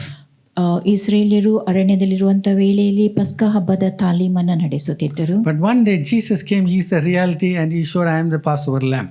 ಒಂದು ದಿನ ಏಸು ಕ್ರಿಸ್ತನು ಬಂದು ತಾನೇ ನಿಜವಾಗಿ ಇರುವಂತನು ಮತ್ತು ಪಸ್ಕದ ಕುರಿಮರಿಯಾದತನು ಎಂಬುದನ್ನು ತೋರಿಸಿಕೊಟ್ಟನು. Amen. Right. Now let's read verses 3, 4 and 5. And he that sat was to look upon like a jasper and a sardine stone, and there was a rainbow round about the throne, in sight like unto an emerald. And round about the throne were 24 seats, and upon the seats I saw 24 elders sitting, clothed in white raiment, and they had on their heads crowns of gold. And out of the throne proceeded lightnings and thunderings and voices, and there were 7 lamps of fire burning before the throne, which are the 7 spirits of God. Amen. Now, John is not trying to explain about God the Father. ಇಲ್ಲಿ ಯೋಹಾನನು ತಂದೆಯಾದ ದೇವರ ಕುರಿತಾಗಿ ವಿವರಿಸುವುದಲ್ಲ. He's gone to heaven, and he could have explained much about God the Father. ಆತನು ಪರಲೋಕಕ್ಕೆ ಹೋಗಿದ್ದಲ್ಲಿ ತಂದೆಯ ದೇವರ ಕುರಿತಾಗಿ ಹೆಚ್ಚಿನ ರೀತಿಯಲ್ಲಿ ವಿವರಿಸಬಹುದಾಗಿತ್ತು. He is talking about what are the things are surrounding the throne. ಇಲ್ಲಿ ಆ ಸಿಂಹಾಸನದ ಸುತ್ತಲೂ ಇರುವಂತ ಸಂಗತಿಗಳ ಕುರಿತಾಗಿ ಆತನು ತಿಳಿಸುತ್ತಾನೆ. There was a rainbow. ಅಲ್ಲಿ ಒಂದು ಮುಗಿಲು ಬೀಳು ಇರುವಂತಹದ್ದು. In the sight like a emerald. ಅದು ಪಚ್ಚೆಯಂತೆ ತೋರುತ್ತಿದ್ದು, ಪಚ್ಚೆ ಕಲ್ಲಿನಂತೆ ತೋರುತ್ತಿದ್ದು. Emerald is what color? ಪಚ್ಚೆ Green. Appa. ಪಚ್ಚೆ. Ladies, they know about it because of the ornaments. So that color is there. ಆ ಬಣ್ಣ ಅಲ್ಲಿರುತ್ತದೆ. Amen. And the 24 elders are there. ಮತ್ತು 24 ಹಿರಿಯರು ಇರುವಂತಹದ್ದು. And verse 4, the last part, it says they have crowns of hold on their head. ವಚನ 4ರ ಕೊನೆಯ ಭಾಗದಲ್ಲಿ ಅವರ ತಲೆಗಳ ಮೇಲೆ ಚಿನ್ನದ ಕಿರೀಟಗಳಿದ್ದವು ಎಂಬುದನ್ನು So on the rewarding ceremony, crowns are going to be given to you. ಆ ಪ್ರತಿಫಲ ದೊರಕುವ ಆಚರಣೆಯ ಸಮಯದಲ್ಲಿ ನಿಮಗೆ ಕಿರೀಟಗಳು ದೊರಕುತ್ತವೆ. Amen. Hallelujah. You want a small crown or bigger crown? ನಿಮಗೆ ಸಣ್ಣ ಕಿರೀಟ ಬೇಕು ಅಥವಾ ದೊಡ್ಡ ಕಿರೀಟ ಬೇಕು? Big. So if you want a big reward, you have to work big for Jesus. ನಿಮಗೆ ದೊಡ್ಡ ಪ್ರತಿಫಲ ಬೇಕಾದಲ್ಲಿ ನೀವು ಯೇಸು ಕ್ರಿಸ್ತನಿಗಾಗಿ ದೊಡ್ಡ ಕಾರ್ಯವನ್ನು ಮಾಡಬೇಕು. God is not going to reward according to your imagination. ನೀವು ಊಹೆಗೆ ಅನುಸಾರವಾಗಿ ದೇವರು ನಿಮಗೆ ಪ್ರತಿಫಲವನ್ನು ಕೊಡುವುದಲ್ಲ. Lot of people are good in imagination. ಅನೇಕರು ಊಹಿಸುವುದರಲ್ಲಿ ಉತ್ತಮರಾಗಿರುತ್ತಾರೆ. And they stop there. ಅಲ್ಲಿಗೆ ಅವರು ನಿಂತು ಬಿಡುತ್ತಾರೆ. That's not going to be rewarded. ಅದಕ್ಕೆ ಯಾವ ಪ್ರತಿಫಲವೂ ದೊರಕುವುದಿಲ್ಲ. Your action is going to be rewarded. ನೀವು ಮಾಡುವ ಕ್ರಿಯೆಗಳಿಗೋಸ್ಕರವಾಗಿ ನಿಮಗೆ ಪ್ರತಿಫಲ ದೊರಕುತ್ತದೆ. Shake hands with your neighbor and say, your action is going to be rewarded. This is what we see there. Lightning, everything is there. ಇಲ್ಲಿ ಮಿಂಚುಗಳೆಲ್ಲವೂ ಇರುವಂತಹದನ್ನು ನಾವು ನೋಡುತ್ತೇವೆ. Oh, there you will be feeling the presence of God. ಅಲ್ಲಿ ದೇವರ ಪ್ರಸನ್ನತೆಯನ್ನು ಅನುಭವಿಸುವುದು ಸಾಧ್ಯವಾಗುತ್ತದೆ. Amen. Hallelujah. Even in our worship today, you can experience this kind of presence. ನಾವು ಮಾಡುವ ಆರಾಧನೆಯಲ್ಲಿಯೂ ಕೂಡ ಇಂಥ ಪ್ರಸನ್ನತೆಯನ್ನು ನಾವು ಅನುಭವಿಸಲು ಸಾಧ್ಯವಾಗುತ್ತದೆ. And around the throne there are 4 living creatures. ಆ ಸಿಂಹಾಸನದ ಸುತ್ತಲೂ 4 ಜೀವಿಗಳಿರುವಂತಹದ್ದು. One has the head of a lion. ಒಂದಕ್ಕೆ ಸಿಂಹದ ತಲೆ ಇರುತ್ತದೆ. One has the head of a calf. ಮತ್ತೊಂದಕ್ಕೆ ಹೋರಿಯ ತಲೆ ಇರುತ್ತದೆ. The third one has a head of a man. ಮೂರನೇದಕ್ಕೆ ಮನುಷ್ಯನ ಮುಖದಂತೆ ಇರುವಂತಹದ್ದು. And the fourth one has a head of an eagle. ನಾಲ್ಕನೇದಕ್ಕೆ ಹಾರುವ Garuda ಪಕ್ಷಿಯಂತೆ. You can see all the 24 elders surrounding the throne. ಈ ಸಿಂಹಾಸನ ಸುತ್ತಲೂ 24 ಮಂದಿ ಹಿರಿಯರು ಇರುವಂತಹದನ್ನು ನೀವು ನೋಡಬಹುದು. Hallelujah. So that is the place. After the rapture, first we are going to go, we are going to worship the Lord. ಆ ಸ್ಥಳದಲ್ಲಿ ಎತ್ತಲ್ಪಟ್ಟ ಬಳಿಕ ಮೊದಲು ನಾವು ಹೋಗಿ ದೇವರನ್ನ ಆರಾಧಿಸುವಂತಹದ್ದು. Amen. Now Hal Lindsey gives a beautiful view about what John is writing. ಹ್ಯಾಲ್ ಲಿನ್ಸಿಯವರು ಯೋಹಾನನು ಬರೆದಿರುವಂತ ವಿಷಯದ ಕುರಿತಾಗಿ ಒಂದು ಸುಂದರವಾದ ನೋಟವನ್ನು ನೀಡುತ್ತಾನೆ. Now prophets like Isaiah, Ezekiel and all the big prophets, Yeshaya, ಎಹೆಜ್ಕೇಲ, ಈ ಎಲ್ಲ ದೊಡ್ಡ ಪ್ರವಾದಿಗಳು, they all heard and they wrote. ಅವರೆಲ್ಲರೂ ಕೇಳಿ ಬರೆದಿಟ್ಟರು. And also 100% correct. ಮತ್ತು ಅದು 100% ಸರಿಯಾಗಿರುವಂತಹದ್ದೇ. But here John heard, he saw, and he has seen everything. ಇಲ್ಲಿ ಯೋಹಾನನು ಎಲ್ಲವನ್ನು ನೋಡಿರುವಂತಹದ್ದು, ಕೇಳಿರುವಂತಹದ್ದು. today we have a lot of difficulty in explaining certain passages from the book of Revelation. ಪ್ರಕಟಣಾ ಗ್ರಂಥದಲ್ಲಿ ಬರೆದಿರುವಂಥ ಕೆಲವೊಂದು ಪರಿಚ್ಛೇದಗಳನ್ನು ವಿವರಿಸಲು ನಮಗೆಂದು ಕಷ್ಟವಾಗುತ್ತದೆ. But John saw everything. ಆದರೆ ಯೋಹಾನನು ಎಲ್ಲವನ್ನು ಕಂಡಿದ್ದನು. Amen. So one of the elders asked him, who are these people, from where are they coming? In chapter 7. ಹಿರಿಯರಲ್ಲಿ ಒಬ್ಬರು ಅಧ್ಯಾಯ 7ರಲ್ಲಿ ಈ ಜನರು ಯಾರು, ಅವರು ಎಲ್ಲಿಂದ ಬಂದಿರುತ್ತಾರೆ ಎಂಬುದಾಗಿ ಪ್ರಶ್ನಿಸುತ್ತಾರೆ. So this is a vision I told you. ಇದು ದರ್ಶನ ಎಂಬುದಾಗಿ ನಾನು ನಿಮಗೆ ಹೇಳಿದ್ದೇನೆ. Because one day John could be one of the elders also. ಒಂದು ದಿನ ಯೋಹಾನನು ಕೂಡ ಆ 24 ಮಂದಿ ಹಿರಿಯರಲ್ಲಿ ಒಬ್ಬನಾಗಿದ್ದಿರಬಹುದು. Amen. Hallelujah. Now here it says 46 times the word saw, witness to the things he has seen. ಇಲ್ಲಿ 46 ಬಾರಿ ಕಂಡೆನು ಎಂಬುದಾಗಿ ಬರೆಯಲ್ಪಟ್ಟಿದೆ. ಆತನು ಕಂಡಂತ ವಿಷಯಗಳ ಸಾಕ್ಷಿ. 7 times I looked and behold. 7 ಬಾರಿ ನಾನು ನೋಡಲಾಗಿ ಕಂಡೆನು. 31 times I looked and I heard. 31 ಬಾರಿ ನಾನು ನೋಡಿದಾಗ ನಾನು ಇದನ್ನು ಕೇಳಿದೆನು ಎಂಬುದಾಗಿ. So it's a sense of seeing and sense of hearing. ಇದು ನೋಡುವಂಥ ಹಾಗೂ ಕಾಣುವಂಥ ಅರಿವು. So same way, with the help of the Holy Spirit, if you really try to study the book of Revelation, yes, we can understand. ಪರಿಶುದ್ಧಾತ್ಮನ ಸಹಾಯದ ಮೂಲಕವಾಗಿ ನಾವು ಪ್ರಕಟಣಾ ಗ್ರಂಥವನ್ನು ಅಭ್ಯಸಿಸುವಾಗ ಅದನ್ನು ಅರ್ಥೈಸಿಕೊಳ್ಳಲು ಸಾಧ್ಯವಾಗುತ್ತದೆ. So John didn't write much about God the Father. ಯೋಹಾನನು ತಂದೆಯಾದ ದೇವರ ಕುರಿತಾಗಿ ಹೆಚ್ಚಿನದೇನನ್ನು ಬರೆಯಲಿಲ್ಲ. But this is how he revealed to Moses, I am that I am. ಆದರೆ ಆತನು ಮೋಶೆಗೆ ಪ್ರಕಟಿಸಿರುವಂತಹದ್ದು ನಾನು ಇರುವಾತನೇ ಆಗಿದ್ದೇನೆ ಎಂಬುದಾಗಿ. Amen. Hallelujah. He is the one, the great I am, delivered 6 lakh men and along with his wives and children and from the bondage. ಇರುವಾತನಾದ ಆತನು 6 ಲಕ್ಷ ಜನರನ್ನ ಅವರ ಪತ್ನಿ ಮಕ್ಕಳ ಸಹಿತವಾಗಿ ದಾಸತ್ವದಿಂದ ಬಿಡುಗಡೆಗೊಳಿಸಿದಾತನು. I am that I am opened the Red Sea. ಇರುವಾತನಾಗಿದ್ದಾತನೇ ಆತನು ಕೆಂಪು ಸಮುದ್ರವನ್ನ ವಿಭಾಗಿಸಿದನು. I am that I am gave them everyday manna. ಇರುವಾತನು ಅವರಿಗೆ ಪ್ರತಿನಿತ್ಯವೂ ಮನ್ನವನ್ನು ಒದಗಿಸಿದನು. Now he is not I was that I am now. He is I am that I am. ಈಗ ಆತನು ಇರುವಾತನೇ ಆಗಿದ್ದಾನೆ. Amen. Hallelujah. Hallelujah. It's like every day morning they get that manna. ಇಸ್ರೇಲಿಯರು ಪ್ರತಿನಿತ್ಯ ಮುಂಜಾನೆ ವೇಳೆಯಲ್ಲಿ ಅವರಿಗೆ ಮನ್ನವು ದೊರಕುತ್ತಿತ್ತು. If you go to that bakery shop, every day you have to pay money and take bread. ಬೇಕರಿಗೆ ಹೋದಲ್ಲಿ ನಾವು ಪ್ರತಿನಿತ್ಯವೂ ಹಣ ಕೊಟ್ಟು ರೊಟ್ಟಿಯನ್ನು ಕೊಂಡುಕೊಳ್ಳಬೇಕು. But if you believe I am that I am is with you.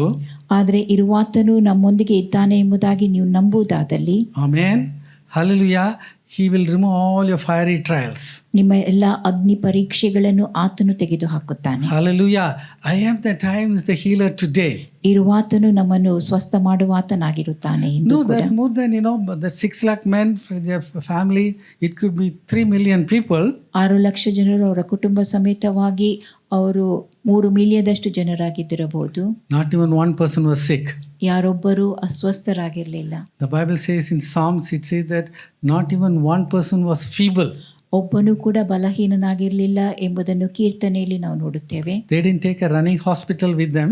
ಅವರು ತಮ್ಮೊಂದಿಗೆ ಚಲಿಸುವಂತ ಆಸ್ಪತ್ರೆಗಳನ್ನು ಕೊಂಡೊಯ್ದಿದ್ದಿರಲಿಲ್ಲ. But they were taking I am that I am with them. ಆದರೆ ಅವರು ಇರುವಾತನನ್ನು ಅವರೊಂದಿಗೆ ಕೊಂಡೊಯ್ದಿದ್ದರು. Amen. Hallelujah. Hallelujah. So the Bible says that I will give you peace that passes all understanding. ಎಲ್ಲ ಗ್ರಹಿಕೆಯನ್ನು ಮೀರುವ ದೇವಶಾಂತಿಯನ್ನು ನಾನು ನಿಮಗೆ ಕೊಡುತ್ತೇನೆ ಎಂಬುದನ್ನು ಸತ್ಯವೇದವು ತಿಳಿಸುತ್ತದೆ. He is our peace. ಆತನೇ ನಮ್ಮ ಸಮಾಧಾನವಾಗಿದ್ದಾನೆ. The whole world will be in confusion, but he will give you the peace that passes all understanding. ಇಡೀ ಲೋಕವೇ ಗೊಂದಲದಲ್ಲಿ ಇದ್ದಿರಬಹುದು, ಆದರೆ ಆತನು ನಮಗೆ ಎಲ್ಲ ಗ್ರಹಿಕೆಯನ್ನು ಮೀರುವ ಸಮಾಧಾನವನ್ನು ಶಾಂತಿಯನ್ನು ಕೊಡುತ್ತಾನೆ. So what I'm trying to say is that I am has not retired. ಇರುವಾತನು ಆತನು ನಿವೃತ್ತಿ ಹೊಂದಲಿಲ್ಲ. He is also doing the same miracles and greater miracles for you today. ಇಂದು ಕೂಡ ಅದೇ ಅದ್ಭುತ ಕಾರ್ಯಗಳನ್ನು ಮತ್ತು ಅದಕ್ಕಿಂತಲೂ ಮಹತ್ತಾದ ಅದ್ಭುತ ಕಾರ್ಯಗಳನ್ನು ಮಾಡುತ್ತಾನೆ. And Jeremiah 31:3 it says, I have loved you with an everlasting love. ಯೆರೆಮೀಯ 31:3 ಶಾಶ್ವತವಾದ ಪ್ರೇಮದಿಂದ ನಿಮ್ಮನ್ನು ಪ್ರೀತಿಸಿರುತ್ತೇನೆ ಎಂಬುದಾಗಿ ಹೇಳುತ್ತಾನೆ. Most of the time we think that God the Father is very strict and very disciplined. ಹೆಚ್ಚಾದ ಸಮಯದಲ್ಲಿ ನಾವು ಭಾವಿಸುವಂತಹದ್ದು ತಂದೆಯಾದ ದೇವರು ಕಟ್ಟುನಿಟ್ಟಿನವನು ಶಿಸ್ತಿನವನು ಎಂಬುದಾಗಿ. We think Jesus is full of love. ಯೇಸು ಕ್ರಿಸ್ತನು ಪ್ರೀತಿಸುವ ರೂಪಿ ಎಂಬುದಾಗಿ ಯೋಚಿಸುತ್ತೇವೆ. But Jeremiah says very clearly, God the Father says, I have loved you with an everlasting love. ಎರೆಮೀಯನು ಸ್ಪಷ್ಟವಾಗಿ ಹೇಳುವಂತಾದು, ತಂದೆಯಾದ ದೇವರು ಹೇಳುವಂತಾದು, ನಿನ್ನನ್ನು ನಾನು ಪ್ರೀತಿಸಿರುವುದು ಶಾಶ್ವತವಾದ ಪ್ರೇಮದಿಂದಲೇ ಎಂಬುದಾಗಿ. Amen. Therefore, with loving kindness, I have drawn thee unto me. ಆದ ಕಾರಣ ನಿನ್ನನ್ನು ಮಮತೆಯಿಂದ ಸೆಳೆದುಕೊಂಡಿದ್ದೇನೆ. Hallelujah. Now we are coming to a very important word in Revelation chapter 4. ಪ್ರಕಟಣೆ 4ರಲ್ಲಿ ಬರೆದಂತ ಪ್ರಾಮುಖ್ಯವಾದ ವಚನದ ಕಡೆಗೆ ನಾವೀಗ ಹೋಗುತ್ತಿದ್ದೇವೆ. Revelation 4:6. ಪ್ರಕಟಣೆ 4:6. A sea of glass unto crystal. ಸ್ಫಟಿಕಕ್ಕೆ ಸಮಾನವಾದ ಗಾಜಿನ ಸಮುದ್ರ. A lot of people, that some of the elders, they lived before us. They all said there is a sea there. ನಮಗಿಂತ ಹಿಂದೆ ಜೀವಿಸುತ್ತಿದ್ದ ಅನೇಕ ಹಿರಿಯರು ಹೇಳುವಂತಹದ್ದು ಅಲ್ಲಿ ಸಮುದ್ರವಿತ್ತು ಎಂಬುದಾಗಿ. So, they assume that, we'll be dancing on the sea. ಆ ಸಮುದ್ರದ ಮೇಲೆ ನಾವು ಕುಣಿದಾಡುವುದು ಎಂಬುದಾಗಿ ಹೇಳುತ್ತಾ ಇರುವಂತಹದ್ದು. Some people are very confused with that sea. ಆ ಸಮುದ್ರದ ಕುರಿತಾಗಿ ಕೆಲವರು ಗೊಂದಲಕ್ಕೊಳಗಾಗಿದ್ದಾರೆ. But we'll be playing your harp there. ಆದರೆ ಅಲ್ಲಿ ನಾವು ವೀಣೆಯನ್ನು ನುಡಿಸುವಂತಹದ್ದು. Now you may say that, well, Pastor, I don't know how to play any instrument. ನನಗೆ ಯಾವ ವಾದ್ಯವನ್ನು ಬಾರಿಸಲು ಬರುವುದಿಲ್ಲ ಎಂಬುದಾಗಿ ನೀವು ಹೇಳಬಹುದು. No problem. ತೊಂದರೆ ಇಲ್ಲ. Lead 100% holy life and come in the rapture. 100% ಪರಿಶುದ್ಧ ಜೀವಿತವನ್ನು ನಡೆಸಿ ಎತ್ತಲ್ಪಡುವವರಾಗಿರ್ರಿ. You are going to play all the instruments there. ಎಲ್ಲ ಉಪಕರಣಗಳನ್ನೆಲ್ಲ ವಾದ್ಯಗಳನ್ನು ನೀವು ಅಲ್ಲಿ So a ಬಾರಿಸುತ್ತೀರಿ. lot of time people think that this sea of glass and crystal is like this. ಸ್ಫಟಿಕಕ್ಕೆ ಸಮಾನವಾದ ಗಾಜಿನ ಸಮುದ್ರ ಆ ರೀತಿಯಾಗಿರುತ್ತದೆ ಎಂಬುದಾಗಿ ಅನೇಕರು ಭಾವಿಸುತ್ತಾರೆ. Now, when we come to the Amplified Bible, amplified ಭಾಷಾಂತರದ ಕಡೆಗೆ ನಾವು ಹೋಗುವಾಗ it says in front of the throne there was something like a sea. ಸಿಂಹಾಸನದ ಮುಂದೆ ಸಮುದ್ರದಂತೆ ಕಾಣಿಸುವಂತ ಯಾವುದೋ ಒಂದು ಸಂಗತಿ ಇರುತ್ತದೆ ಎಂಬುದನ್ನು. Was there really a sea there? ಅಲ್ಲಿ ನಿಜವಾಗಿ ಸಮುದ್ರವಿರುತ್ತದೋ? No. Amen. ಇಲ್ಲ. Hallelujah. Something like a sea. ಸಮುದ್ರದಂತೆ ಕಾಣಿಸುವ ಯಾವುದೋ ಒಂದು. So we have to really understand what is that sea. ಆ ಸಮುದ್ರ ಯಾವುದೆಂಬುದನ್ನು ನಾವು ನಿಜವಾಗಿ ತಿಳ್ಕೊಳ್ಳಬೇಕು. Even in the book of Revelation chapter 9 also, ಪ್ರಕಟಣಾ ಗ್ರಂಥ 9ನೇ ಅಧ್ಯಾಯದಲ್ಲಿಯೂ ಕೂಡ it talks about the locust. ಅಲ್ಲಿ ಮಿಡತೆಗಳ ಕುರಿತಾಗಿ ತಿಳಿಸಲ್ಪಟ್ಟಿದೆ. It says locusts like unto the horses. ಆ ಮಿಡತೆಗಳ ರೂಪವು ಯುದ್ಧಕ್ಕೆ ಸನ್ನದ್ಧವಾಗಿರುವ ಕುದುರೆಗಳ ರೂಪದಂತೆ ಇತ್ತು ಎಂಬುದನ್ನು. So tell me now, what is the size now? ಈಗ ಅದರ ಗಾತ್ರ ಹೇಳಿರಿ. Like this size or like a horse? ಅದು ಚಿಕ್ಕದು ಅಥವಾ ಕುದುರೆಯಷ್ಟು ದೊಡ್ಡದು?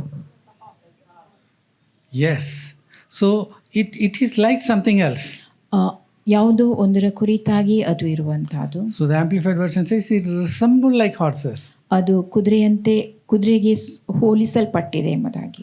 So, but that's why we should know how to interpret the book of Revelation. ಪ್ರಕಟಣಾ ಗ್ರಂಥದ ಅರ್ಥವನ್ನು ಹೇಗೆ ವಿವರಿಸಬೇಕೆಂಬುದನ್ನು ನಾವು ತಿಳಿದವರಾಗಿರಬೇಕು. But in the final analysis, Revelation chapter 21, God is creating new heavens and the new earth. ಪ್ರಕಟಣೆ 21ನೇ ಅಧ್ಯಾಯದಲ್ಲಿ ಹೊಸ ಭೂಲೋಕ ಹೊಸ ಸ್ವರ್ಗವನ್ನ ಆತನು ಸೃಷ್ಟಿಸುವಂತಹದ್ದು. There is no more sea. ಅಲ್ಲಿ ಸಮುದ್ರವಿರುವುದಿಲ್ಲ. Amen. So sea talks about something else. ಆ ಸಮುದ್ರ ಬೇರೆ ಯಾವುದನ್ನು ಅದು ಸೂಚಿಸುತ್ತದೆ. Even in Revelation chapter 17, it says a great war is sitting upon many waters. ಅಲ್ಲಿ ಮಹಾಜಾರ ಸ್ತ್ರೀ ಬಹಳ ನೀರಿನ ಮೇಲೆ ಕುಳಿತಿರುವಂತಹದ್ರ ಕುರಿತಾಗಿ ಪ್ರಕಟಣಾ ಗ್ರಂಥದಲ್ಲಿ ನಾವು ನೋಡುತ್ತೇವೆ. Can the ladies tell me, can ladies sit on the water? ಸ್ತ್ರೀಯರು ನೀರಿನ ಮೇಲೆ ಕುಳಿತುಕೊಳ್ಳಲು ಸಾಧ್ಯವೋ? No. That means it talks about something else. ಇದರ ಅರ್ಥ ಅದು ಬೇರೆ ಯಾವುದೋ ಒಂದನ್ನು ತಿಳಿಸುವುದು. Amen. So Amplified Bible says it could be many waters. It means influencing many nations, indicating it could be people. ಬಹಳ ನೀರು ಅದು ಬಹಳ ಜನಾಂಗ ದೇಶಗಳನ್ನು ಕುರಿತು ತಿಳಿಸುವಂತಹದ್ದು ಅಥವಾ ಜನರ ಕುರಿತಾಗಿ ಹೇಳುವಂತಹದ್ದು. So whenever there's a doubt, we should not close the Bible. ಸಂದೇಹವು ನಮಗೆ ಬಂದಾಗ ನಾವು ಸತ್ಯವೇದವನ್ನು ಮುಚ್ಚಿಬಿಡಬಾರದು. So when you keep on reading, ನಾವು ಓದುತ್ತಾ ಮುಂದುವರಿಯುವಾಗ we started in verse 1. ವಚನ 1ರಲ್ಲಿ ಆರಂಭಿಸಿ, But in verse 15, the meaning is already given. ವಚನ 15ರಲ್ಲಿ ಅದರ ಅರ್ಥವು ಕೊಡಲ್ಪಟ್ಟಿದೆ. Let's read that. ಅದನ್ನು ಓದುವ. And he saith unto me, The waters which thou sawest, where the horse sitteth, are peoples and multitudes and nations and tongues. Amen. So that shows very clearly sea of glass and crystal. Sea talks about multitudes of people. ಸ್ಫಟಿಕಕ್ಕೆ ಸಮಾನವಾದ ಗಾಜಿನ ಸಮುದ್ರ ಅದು ಜನರ ಮಹಾಸಮೂಹದ ಕುರಿತಾಗಿ ತಿಳಿಸುತ್ತದೆ. And that also talks about from every language, every nation, every language. ಇದು ಪ್ರಜೆ, ಸಮೂಹ, ಜನ, ಭಾಷೆಗಳನ್ನು ಸೂಚಿಸುತ್ತದೆ. And again, crystal is a metal shining. ಸ್ಫಟಿಕವು ಅದು ಹೊಳೆಯುವಂತಹದ್ದಾಗಿರುತ್ತದೆ. Again, from the book of Revelation, if you see that, ಪ್ರಕಟಣಾ ಗ್ರಂಥದಿಂದ ನಾವು ಅದನ್ನು ನೋಡುವಾಗ it is like a clear gauze, it is shining. ಅದು ಶುದ್ಧವಾದ ಗಾಜಿನಂತೆ ಹೊಳೆಯುವಂತಹದ್ದು. It is transparent like clear crystal. ಅದು ಸ್ಫಟಿಕದಂತೆ ಪಾರದರ್ಶಕವಾಗಿರುವಂತಹದ್ದು. But when you come to Revelation chapter 22, it talks about the living waters. ಪ್ರಕಟಣೆ 22ರ ಕರೆಗೆ ಬರುವಾಗ ಜೀವಕರವಾದ ನೀರಿನ ಕುರಿತಾಗಿ That ತಿಳಿಸಲ್ಪಡುತ್ತದೆ. is also crystal clear. ಅದು ಸ್ಫಟಿಕದಂತೆ ಶುದ್ಧವಾಗಿರುವಂತಹದ್ದು. So when you see all these things, ಇವೆಲ್ಲವನ್ನ ನಾವು ನೋಡುವಾಗ crystal symbolizes spiritual purity and perfection. ಸ್ಫಟಿಕ ಅದು ಪರಿಶುದ್ಧತೆ ಹಾಗೂ ಪರಿಪೂರ್ಣತೆಯ ಕುರಿತಾಗಿ ತಿಳಿಸುತ್ತದೆ. So it's a clear metal like this. ಇದು ಒಂದು ಶುದ್ಧವಾಗಿರುವಂತ ಲೋಹ. So that's why the Bible says, glorious church is radiant with holiness. ಮಹಿಮೆಯುಳ್ಳ ಸಭೆ ಅದು ಪರಿಶುದ್ಧತೆಯಲ್ಲಿ ಕಾಂತಿಯುತವಾಗಿರುವುದರ ಕುರಿತಾಗಿ ತಿಳಿಸುತ್ತದೆ. So let's read Ephesians 5:27. ಎಫೆಸ 5:27. That he might present it to himself a glorious church, not having spot or wrinkle or any such thing, but that it should be holy and without blemish. Amen. Church has to be without any blemish, without any mistake. Then only it will go in the rapture. ಸಭೆಯು ಯಾವ ದೋಷ, ಕುಂದು, ತಪ್ಪು ಇಲ್ಲದಾಗಿರಬೇಕು, ಆಗ ಮಾತ್ರವೇ ಅದು ಎತ್ತಲ್ಪಡಲು ಸಾಧ್ಯ. Now, as we have seen, people say, you go to purgatory and you will be purified. ಜನರು ಹೇಳುವಂತಹದ್ದು ಶುದ್ಧೀಕರಣದ ಸ್ಥಳಕ್ಕೆ ನೀವು ಹೋಗಿ ಅಲ್ಲಿ ಶುದ್ಧೀಕರಿಸಲ್ಪಡಬೇಕೆಂಬುದಾಗಿ. That's not in the Bible. ಅದು ಸತ್ಯವೇದದಲ್ಲಿ ಬರೆಯಲ್ಪಟ್ಟಿಲ್ಲ. You have to be holy. You are the temple of the Holy Spirit. ನೀವು ಪರಿಶುದ್ಧರಾಗಿರಬೇಕು, ನೀವು ಪರಿಶುದ್ಧಾತ್ಮನ ಆಲಯವಾಗಿದ್ದೀರಿ. Amen. Message Bible says, message ಭಾಷಾಂತರ ಹೀಗೆ ಹೇಳುತ್ತದೆ, dressing her in dazzling white silk, radiant with holiness. ಆಕೆಯನ್ನ ಪ್ರಕಾಶಮಾನವಾಗಿ ಹೊಳೆಯುವಂತ ರೇಷ್ಮೆಯಲ್ಲಿ ಅಲಂಕರಿಸುವಂತಹದ್ದು, ಅದು ಪರಿಶುದ್ಧತೆಯಿಂದ ಕಾಂತಿಯುತವಾಗಿಯೂ ಇದ್ದಿರುವಂತಹದ್ದು. Amen. Radiant with holiness, it is possible. ಪರಿಶುದ್ಧತೆಯಲ್ಲಿ ಕಾಂತಿಯುತವಾಗಿರುವಂತಹದ್ದು ಸಾಧ್ಯವೋ? Possible. Amen. ಸಾಧ್ಯ. Hallelujah. That's why God is telling you that is the power in the precious blood of Jesus Christ. ಅದಕ್ಕಾಗಿಯೇ ವಾಕ್ಯವು ಹೇಳುವಂತಹದ್ದು ಯೇಸು ಕ್ರಿಸ್ತನ ರಕ್ತದಲ್ಲಿ ಶಕ್ತಿ ಇದೆ ಎಂಬುದಾಗಿ. So that is why if you have this hope, ಈ ನಿರೀಕ್ಷೆ ನಿಮ್ಮದಾಗಿದ್ದಲ್ಲಿ you have to purify yourself. ನಿಮ್ಮನ್ನು ನೀವು ಶುದ್ಧೀಕರಿಸಿಕೊಳ್ಳಬೇಕು. When we were sinners, Jesus came and purified us with his precious blood. ನಾವು ಪಾಪಿಗಳಾಗಿದ್ದಾಗ ಯೇಸು ಕ್ರಿಸ್ತನು ಬಂದು ತನ್ನ ರಕ್ತದ ಮೂಲಕವಾಗಿ ನಮ್ಮನ್ನು ಶುದ್ಧೀಕರಿಸಿದನು. Now you are a believer. ಈಗ ನೀವು ವಿಶ್ವಾಸಿಯಾಗಿದ್ದೀರಿ. Amen. Hallelujah. Hallelujah. Hallelujah. So you have to purify yourself with the word of God and with the power of the Holy Spirit in you. ದೇವರ ವಾಕ್ಯದಿಂದಲೂ ನಿಮ್ಮೊಳಗಿರುವ ಪವಿತ್ರಾತ್ಮನ ಶಕ್ತಿಯಿಂದಲೂ ನಿಮ್ಮನ್ನು ನೀವೇ ಈಗ ಶುದ್ಧೀಕರಿಸಿಕೊಳ್ಳಬೇಕು. Amen. So you are a chaste virgin for Jesus Christ. ನೀವು ಯೇಸು ಕ್ರಿಸ್ತನಿಗಾಗಿರುವ ಶುದ್ಧ You ಕನ್ನಿಕೆಯಾಗಿದ್ದೀರಿ. are pure and pure for Jesus Christ. ನೀವು ಯೇಸು ಕ್ರಿಸ್ತನಿಗಾಗಿ ಪರಿಶುದ್ಧರು ಆಗಿದ್ದೀರಿ. Can you lead a life like that?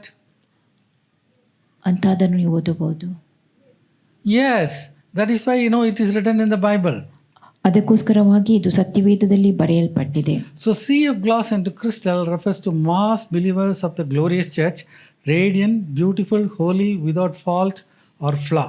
ಸ್ಫಟಿಕಕ್ಕೆ ಸಮಾನವಾದ ಗಾಜಿನ ಸಮುದ್ರ ಅದು ಯಾವ ಕಳಂಕ, ಯಾವ ಸುಕ್ಕು, ಕುಂದು ಇಲ್ಲದೆ ಇರುವ ಮಹಿಮೆಯುಳ್ಳ ಸಭೆಯಾಗಿರುತ್ತದೆ. ಅದು ಕಾಂತಿಯುತವೂ ಸುಂದರವೂ ಪರಿಶುದ್ಧವೂ ಆಗಿರುತ್ತದೆ. So this is sea of glass and crystal. ಇದು ಸ್ಫಟಿಕಕ್ಕೆ ಸಮಾನವಾದ ಗಾಜು ಸಮುದ್ರ. You have to be radiant in holiness. ನೀವು ಪರಿಶುದ್ಧತೆಯಲ್ಲಿ ಕಾಂತಿಯುತರಾಗಿರಬೇಕು. Again, shake hands with your neighbor and say you have to be radiant in holiness. Amen. Hallelujah. In that worship, what has happened? We'll go to see that now. ಆರಾಧನೆಯಲ್ಲಿ ಏನು ನಡೆಯುತ್ತದೆ ಎಂಬುದನ್ನು ನಾವೀಗ ನೋಡುವ.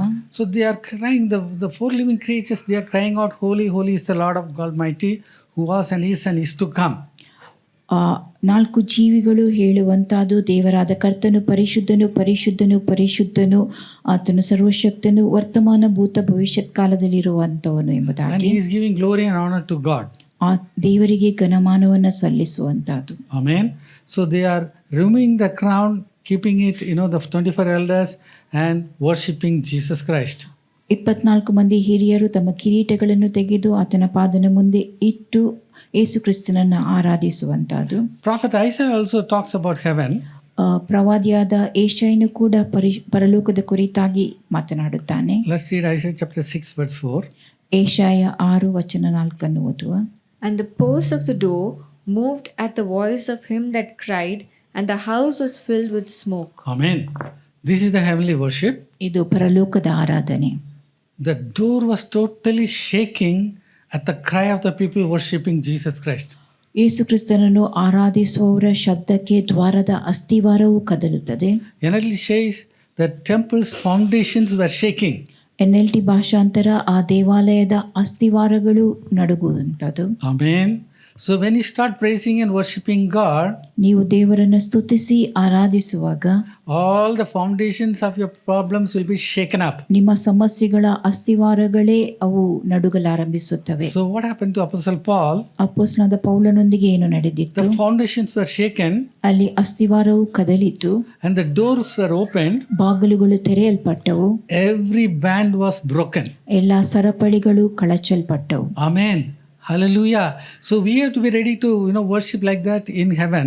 ನಾವು ಪರಲೋಕದಲ್ಲಿ ಅಂತ ಆರಾಧನೆಯನ್ನು ಮಾಡುವುದಕ್ಕೆ ಸಿದ್ಧರಾಗಿರಬೇಕು. So please remember, whenever you worship God, the foundations of your problems are broken. ನೀವು ಆರಾಧಿಸುವಾಗಲೆಲ್ಲ ನಿಮ್ಮ ಸಮಸ್ಯೆಯ ಅಸ್ಥಿವಾರಗಳು ಮುರಿಯಲ್ಪಡುತ್ತವೆ. Amen. Hallelujah. So Exodus, we read that we are the first fruits. ವಿಮೋಚನಾ ಗ್ರಂಥದಲ್ಲಿ ನಾವು ಪ್ರಥಮ ಫಲದ ಕುರಿತು ನಾವು ಓದುತ್ತೇವೆ. Let's read that. The first of the first fruits of thy land thou shalt bring into the house of the Lord thy God. So on Revelation chapter 4, we have to be there. ಪ್ರಕಟಣಾ ಗ್ರಂಥ 4ರಲ್ಲಿ ನಾವು ಅಲ್ಲಿದ್ದಿರುವಂತಹದ್ದು. So we are the first of the first fruits. ನಾವು ಪ್ರಥಮ ಫಲದ ಪ್ರಥಮ ಭಾಗವಾಗಿದ್ದೇವೆ. Same thing is written in Exodus 34:26. The first fruits, the holy people, they will go in their own order. ಪ್ರಥಮ ಫಲವಾದ ಆ ಪರಿಶುದ್ಧ ಜನರು ಅವರ ತರಗತಿಯಲ್ಲಿ ಹೋಗುವಂತಹದ್ದು. Amen. Hallelujah. So from then we'll see the other things. Now we are going to chapter 5. ಈಗ ನಾವು 5ನೇ ಅಧ್ಯಾಯದ ಕಡೆಗೆ ಹೋಗುತ್ತಾ ಇದ್ದೇವೆ. And there was a scroll. ಅಲ್ಲಿ ಸುರುಳಿ ಇದ್ದಿರುವಂತಹದ್ದು. Today we have all the property documents, it's written now, all, it's e-khata, everything has come. ಈ ದಿನಗಳಲ್ಲಿ ನಮ್ಮ ಆಸ್ತಿಯ ಬಗ್ಗೆ ಈ ಖಾತೆಗಳು ಇದ್ದಿರುವಂತಹದ್ದು. Those days, in the time of the Bible and that Old Testament, it's all the scrolls were done. ಹಿಂದಿನ ದಿನಗಳಲ್ಲಿ ಈ ರೀತಿಯ ಸುರುಳಿಗಳು ಇದ್ದಿರುವಂತಹದ್ದು. So the scroll inside it will be written, outside also it will be written. ಸುರುಳಿಯ ಒಳಭಾಗದಲ್ಲಿಯೂ ಬರೆಯಲ್ಪಟ್ಟಿರುವಂತಹದ್ದು, ಹೊರಭಾಗದಲ್ಲಿಯೂ ಬರೆಯಲ್ಪಟ್ಟಿರುವಂತಹದ್ದು. All the Bible was written in scrolls. ಎಲ್ಲ ಸತ್ಯವೇದವು ಅದು ಸುರುಳಿಯಲ್ಲಿ ಬರೆಯಲ್ಪಟ್ಟಿತ್ತು. See, this is what Chuck Missel say. The book of Revelation was 15 feet long scroll. ಪ್ರಕಟಣಾ ಗ್ರಂಥ ಅದು 15 ಅಡಿ ಉದ್ದವಾದ ಸುರುಳಿ ಎಂಬುದಾಗಿ ಚಕ್ ಮಿಸ್ಲರ್ ಅವರು ಹೇಳುತ್ತಾರೆ. Now Jeremiah is buying a property. ಯೆರೆಮೀಯನು ಒಂದು ಸೊತ್ತನ್ನು ಕೊಂಡುಕೊಳ್ಳುವಂತಹದ್ದು. He has given the money. ಆತನದಕ್ಕಾಗಿ ಹಣವನ್ನು ಕೊಡುತ್ತಾನೆ. So 2 copies were made, one according to the law of custom and one is open. 2 ರೀತಿಯ ಪತ್ರಗಳು ಬರೆಯಲ್ಪಟ್ಟಿರುವಂತಹದ್ದು, ಒಂದು ಮುಚ್ಚಿರುವಂತ ಪತ್ರ ಮತ್ತೊಂದು ಮುಚ್ಚಳವಿಲ್ಲದ ಪತ್ರ. The open copy is available in the market. ತೆರೆದಿಡಲ್ಪಟ್ಟಂತ ಆ ಪ್ರತಿ ಮಾರುಕಟ್ಟೆಯಲ್ಲಿ ಇದ್ದಿರುವಂತಹದ್ದು. So you can check what are the property details. ಹೊಲದ ಕುರಿತಾಗಿ ಅಲ್ಲಿ ನೀವು ಪರೀಕ್ಷೆ ಮಾಡಿಕೊಳ್ಳಬಹುದು. But the original copy will be in the house of the Lord.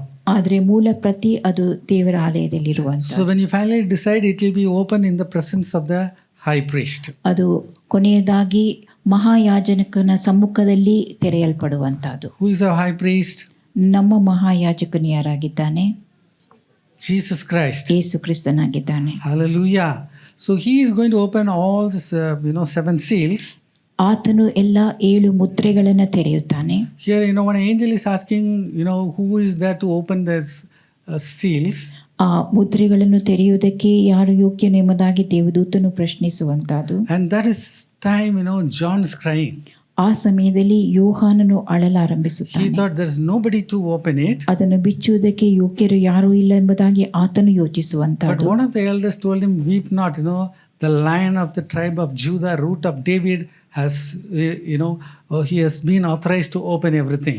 ಹಿರಿಯರಲ್ಲಿ ಒಬ್ಬನು ಹೇಳುವಂತಾದು, ಯೂದ ಕುಲದಲ್ಲಿ ಜನಿಸಿದ ಸಿಂಹವು ದಾವೀದನ ಅಂಕುರದವನು ಆಗಿರುವಾತನು ಆ ಸುರುಳಿಯನ್ನು ತೆರೆಯುವುದಕ್ಕೆ ಬಿಚ್ಚುವುದಕ್ಕೆ ಯೋಗ್ಯನೆಂಬುದಾಗಿ ತಿಳಿಸುತ್ತಾನೆ. Actually, there is no lamb there. There's a representation. Nothing like lamb is standing there. ಅಲ್ಲಿ ಕುರಿಮರಿ ಅಂತ ಇರುವಂತಹದ್ದು ಯಾವುದೂ ಇಲ್ಲ, ಯಾವುದನ್ನು ಅದು ಉಲ್ಲೇಖಿಸುವಂತಹದ್ದು. Amen. So finally, it is Jesus is going to be there. ಕೊನೆಯದಾಗಿ ಅಲ್ಲಿ ಯೇಸು ಇರುವಂತಹದ್ದು. Amen. So he is going to stand before the throne. ಆತನು ಸಿಂಹಾಸನದ ಮುಂದೆ ನಿಂತಿರುತ್ತಾನೆ. So the elder is telling John, don't cry, the Lion of Judah, Jesus is there.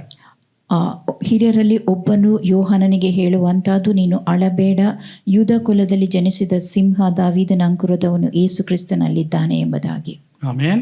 Now very important word, verse 6. ವಚನ 6 ಬಹು ಪ್ರಾಮುಖ್ಯವಾದುದು.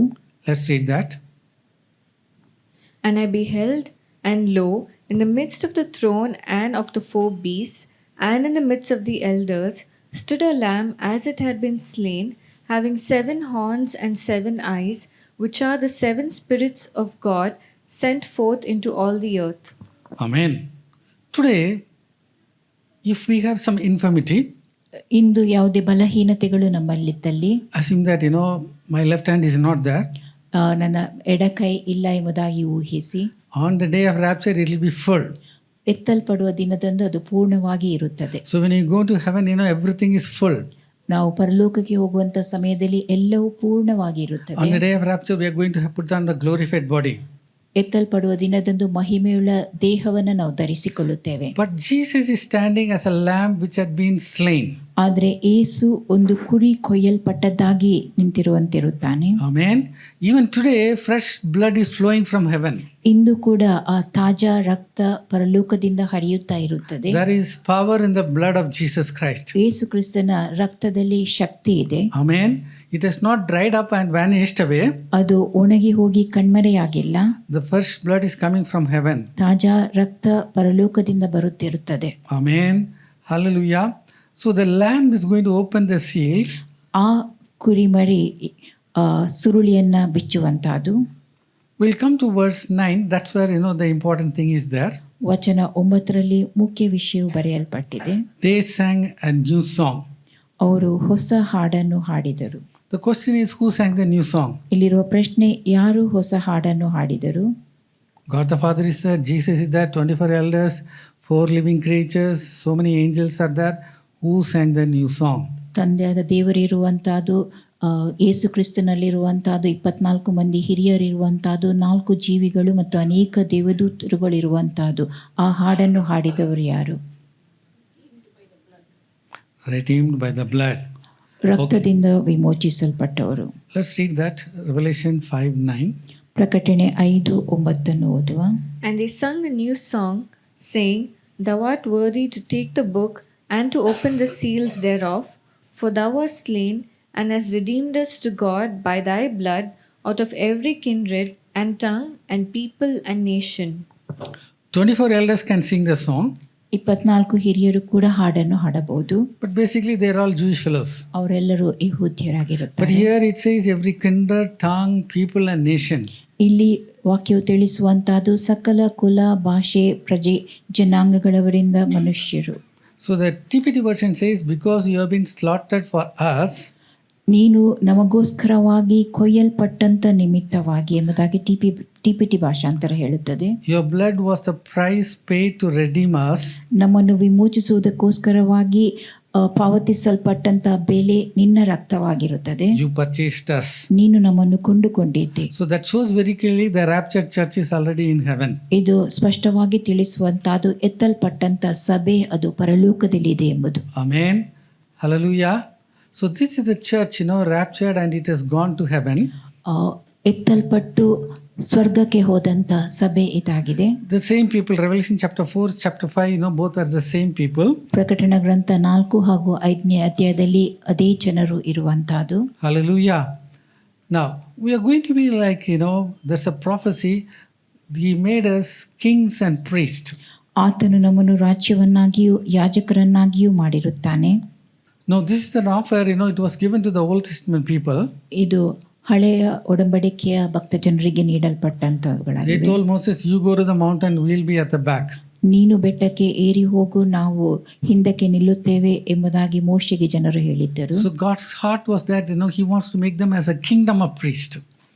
ಯಾಜಕ ವರ್ಗದ ರಾಜ್ಯವನ್ನಾಗಿ ಅವರನ್ನು ಮಾಡಬೇಕೆಂಬುದು ದೇವರ ಹೃದಯವಾಗಿದೆ. But praise God, we are the priesthood. ಆದರೆ ನಾವೇ ಆ ಯಾಜಕ ವರ್ಗದವರಾಗಿದ್ದೇವೆ. Chosen generation, a royal priesthood, a holy nation, a peculiar people. ದೇವರಾದುಕೊಂಡ ಜನರು, ರಾಜವಂಶಸ್ಥರಾದ ಯಾಜಕರು, ಆತನ ಸ್ವಕೀಯ ಜನರು, ಮೀಸಲಾದ ಜನಾಂಗವೂ ಆಗಿರುತ್ತೇವೆ. Amen. How many angels are in heaven? ಪರಲೋಕದಲ್ಲಿ ಎಷ್ಟು ದೇವದೂತರುಗಳು ಇರುತ್ತಾರೆ? Let's read Revelation 5:11. ಪ್ರಕಟಣೆ 5:11 ಓದುವ. Now, based on King James version, we are going to calculate. King James ಭಾಷಾಂತರವನ್ನು ಆಧರಿಸಿ ನಾವು ಲೆಕ್ಕಿಸಲಿದ್ದೇವೆ. And I beheld, and I heard the voice of many angels round about the throne, and the beast and the elders, and the number of them was 10,000 times 10,000, and thousands of thousands. Amen. 10,000 times 10,000. So you have to translate exactly. 1,000 into 1,000. 1000 ಗುಣಿಸು 1000, 1,000 into 1,000. 1000 ಗುಣಿಸು 1000. So after 1, how many zeros are coming? ಒಂದರ ನಂತರ ಎಷ್ಟು ಸೊನ್ನೆಗಳು ಬರುತ್ತವೆ? 10,000 into 10,000, 8 zeros. 10,000 ಗುಣಿಸು 10,000, ಅದಕ್ಕೆ 8 ಸೊನ್ನೆಗಳಿರುವಂತಹದ್ದು. 1,000 into 1,000, 6 zeros. 1000 ಗುಣಿಸು 1000, 6 ಸೊನ್ನೆ. So 1 after that, how many zeros? ಒಂದು ಬಂದ ನಂತರ ಎಷ್ಟು ಸೊನ್ನೆಗಳಿರುತ್ತವೆ? 14. 14 ಸೊನ್ನೆಗಳಿರುತ್ತವೆ. It shows God is available to us. Amen. ದೇವರು ನಮಗೆ ಲಭ್ಯವಾಗಿದ್ದಾನೆ ಎಂಬುದನ್ನು ಇದು ತೋರಿಸುತ್ತದೆ. Every one of us, we have a guardian angel. ನಮ್ಮ ಒಬ್ಬರಿಗಾಗಿಯೂ ನಮ್ಮನ್ನು ಕಾಯುವಂತ ದೇವದೂತನಿರುತ್ತಾನೆ. Amen. Hallelujah. Hallelujah. So they are going to protect us. ಅವರು ನಮ್ಮನ್ನು ಕಾಪಾಡುತ್ತಾರೆ. So we'll be always be protected. ನಾವು ಯಾವಾಗಲೂ ಕಾಪಾಡಲ್ಪಟ್ಟವರಾಗಿದ್ದೇವೆ. So they will protect us and we will not dash against a stone. ಯಾವ ಕಲ್ಲು ನಮ್ಮ ಕಾಲಿಗೆ ತಗಲದಂತೆ ಅವರು ಕಾಯುತ್ತಾರೆ. Now, there's a great worship there in Revelation chapter 5. ಪ್ರಕಟಣೆ ಅಧ್ಯಾಯದಲ್ಲಿ ಒಂದು ದೊಡ್ಡ ಆರಾಧನೆ ಕೇಳಿಸುತ್ತದೆ. Let's read verse 12, 13 and 14. ವಚನ 12, 13, 14 ಓದುವ. Saying with a loud voice, Worthy is the Lamb that was slain to receive power and riches and wisdom and strength and honor and glory and blessing.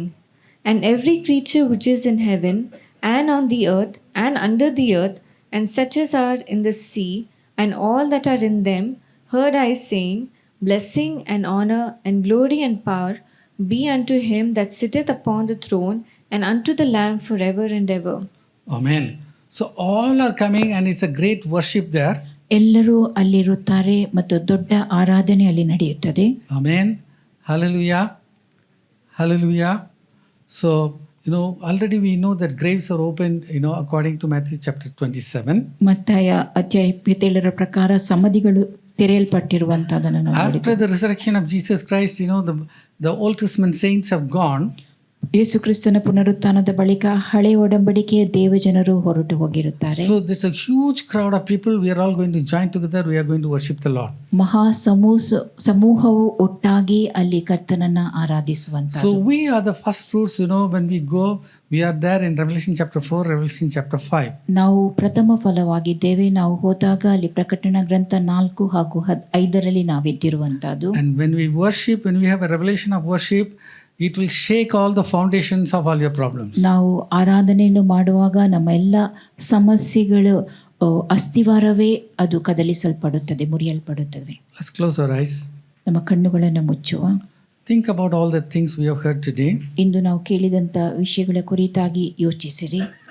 Yes, we have to be there in heaven, Revelation chapter 4, chapter 5.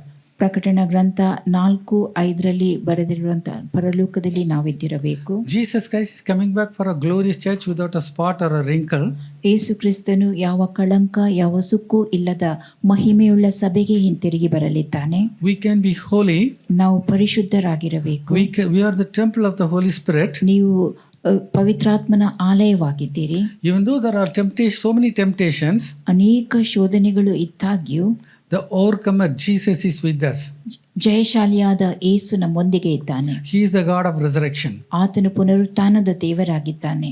Loving Heavenly Father, we pray for all those sitting here, Master. ಪರಲೋಕದ ಪ್ರಿಯ ತಂದೆ, ಇಲ್ಲಿ ಕುಳಿತಿರುವ ಪ್ರತಿಯೊಬ್ಬೊಬ್ಬರಿಗಾಗಿ ಪ್ರಾರ್ಥಿಸುತ್ತೇವೆ. Lord, we pray for all those who are listening in the online also. ಆನ್ಲೈನ್ನಲ್ಲಿ ವೀಕ್ಷಿಸುವ ಪ್ರತಿಯೊಬ್ಬೊಬ್ಬರಿಗಾಗಿಯೂ ಪ್ರಾರ್ಥಿಸುತ್ತೇವೆ. Lord, we have heard that, who are the people in Revelation chapter 4, Revelation chapter 5. ಪ್ರಕಟಣಾ ಗ್ರಂಥ 4 ಹಾಗೂ 5ರಲ್ಲಿ ತೋರಿ ಬಂದ ಆ ಜನರು ಯಾರು ಎಂಬುದನ್ನು ನಾವು ಕೇಳಿದೆವು. Sea of glass and to crystal, it talks about that holy believers, yes, those who have gone in the rapture. ಸ್ಫಟಿಕಕ್ಕೆ ಸಮಾನವಾದ ಗಾಜಿನ ಸಮುದ್ರ, ಅದು ವಿಶ್ವಾಸಿಗಳ ಮಹಾ ಸಮೂಹವಾಗಿರುವಂತಹದ್ದು, ಎತ್ತಲ್ಪಟ್ಟಿರುವವರು. They sang a new song. It talks about that huge number of people. Yes, they come in the rapture. Mahajan ಸಮೂಹ ಹೊಸ ಹಾಡನ್ನು ಹಾಡಿದರು ಎಂಬುದನ್ನು ತಿಳಿಸುತ್ತದೆ. ಅವರು ಎತ್ತಲ್ಪಟ್ಟಿರುವವರು. Lord, let our eyes be fixed on Jesus and Jesus alone. ನಮ್ಮ ಕಣ್ಣುಗಳು ಯೇಸು ಕ್ರಿಸ್ತನ ಕಡೆಗೆ ಮಾತ್ರವೇ ನೆಟ್ಟಿರಲಿ. So on that day, O God, let us all be raptured up to the glorious day. ಆ ಮಹಿಮೆಯುಳ್ಳ ದಿನದಂದು ನಾವೆಲ್ಲರೂ ಎತ್ತಲ್ಪಡುವವರಾಗಿರಬೇಕು.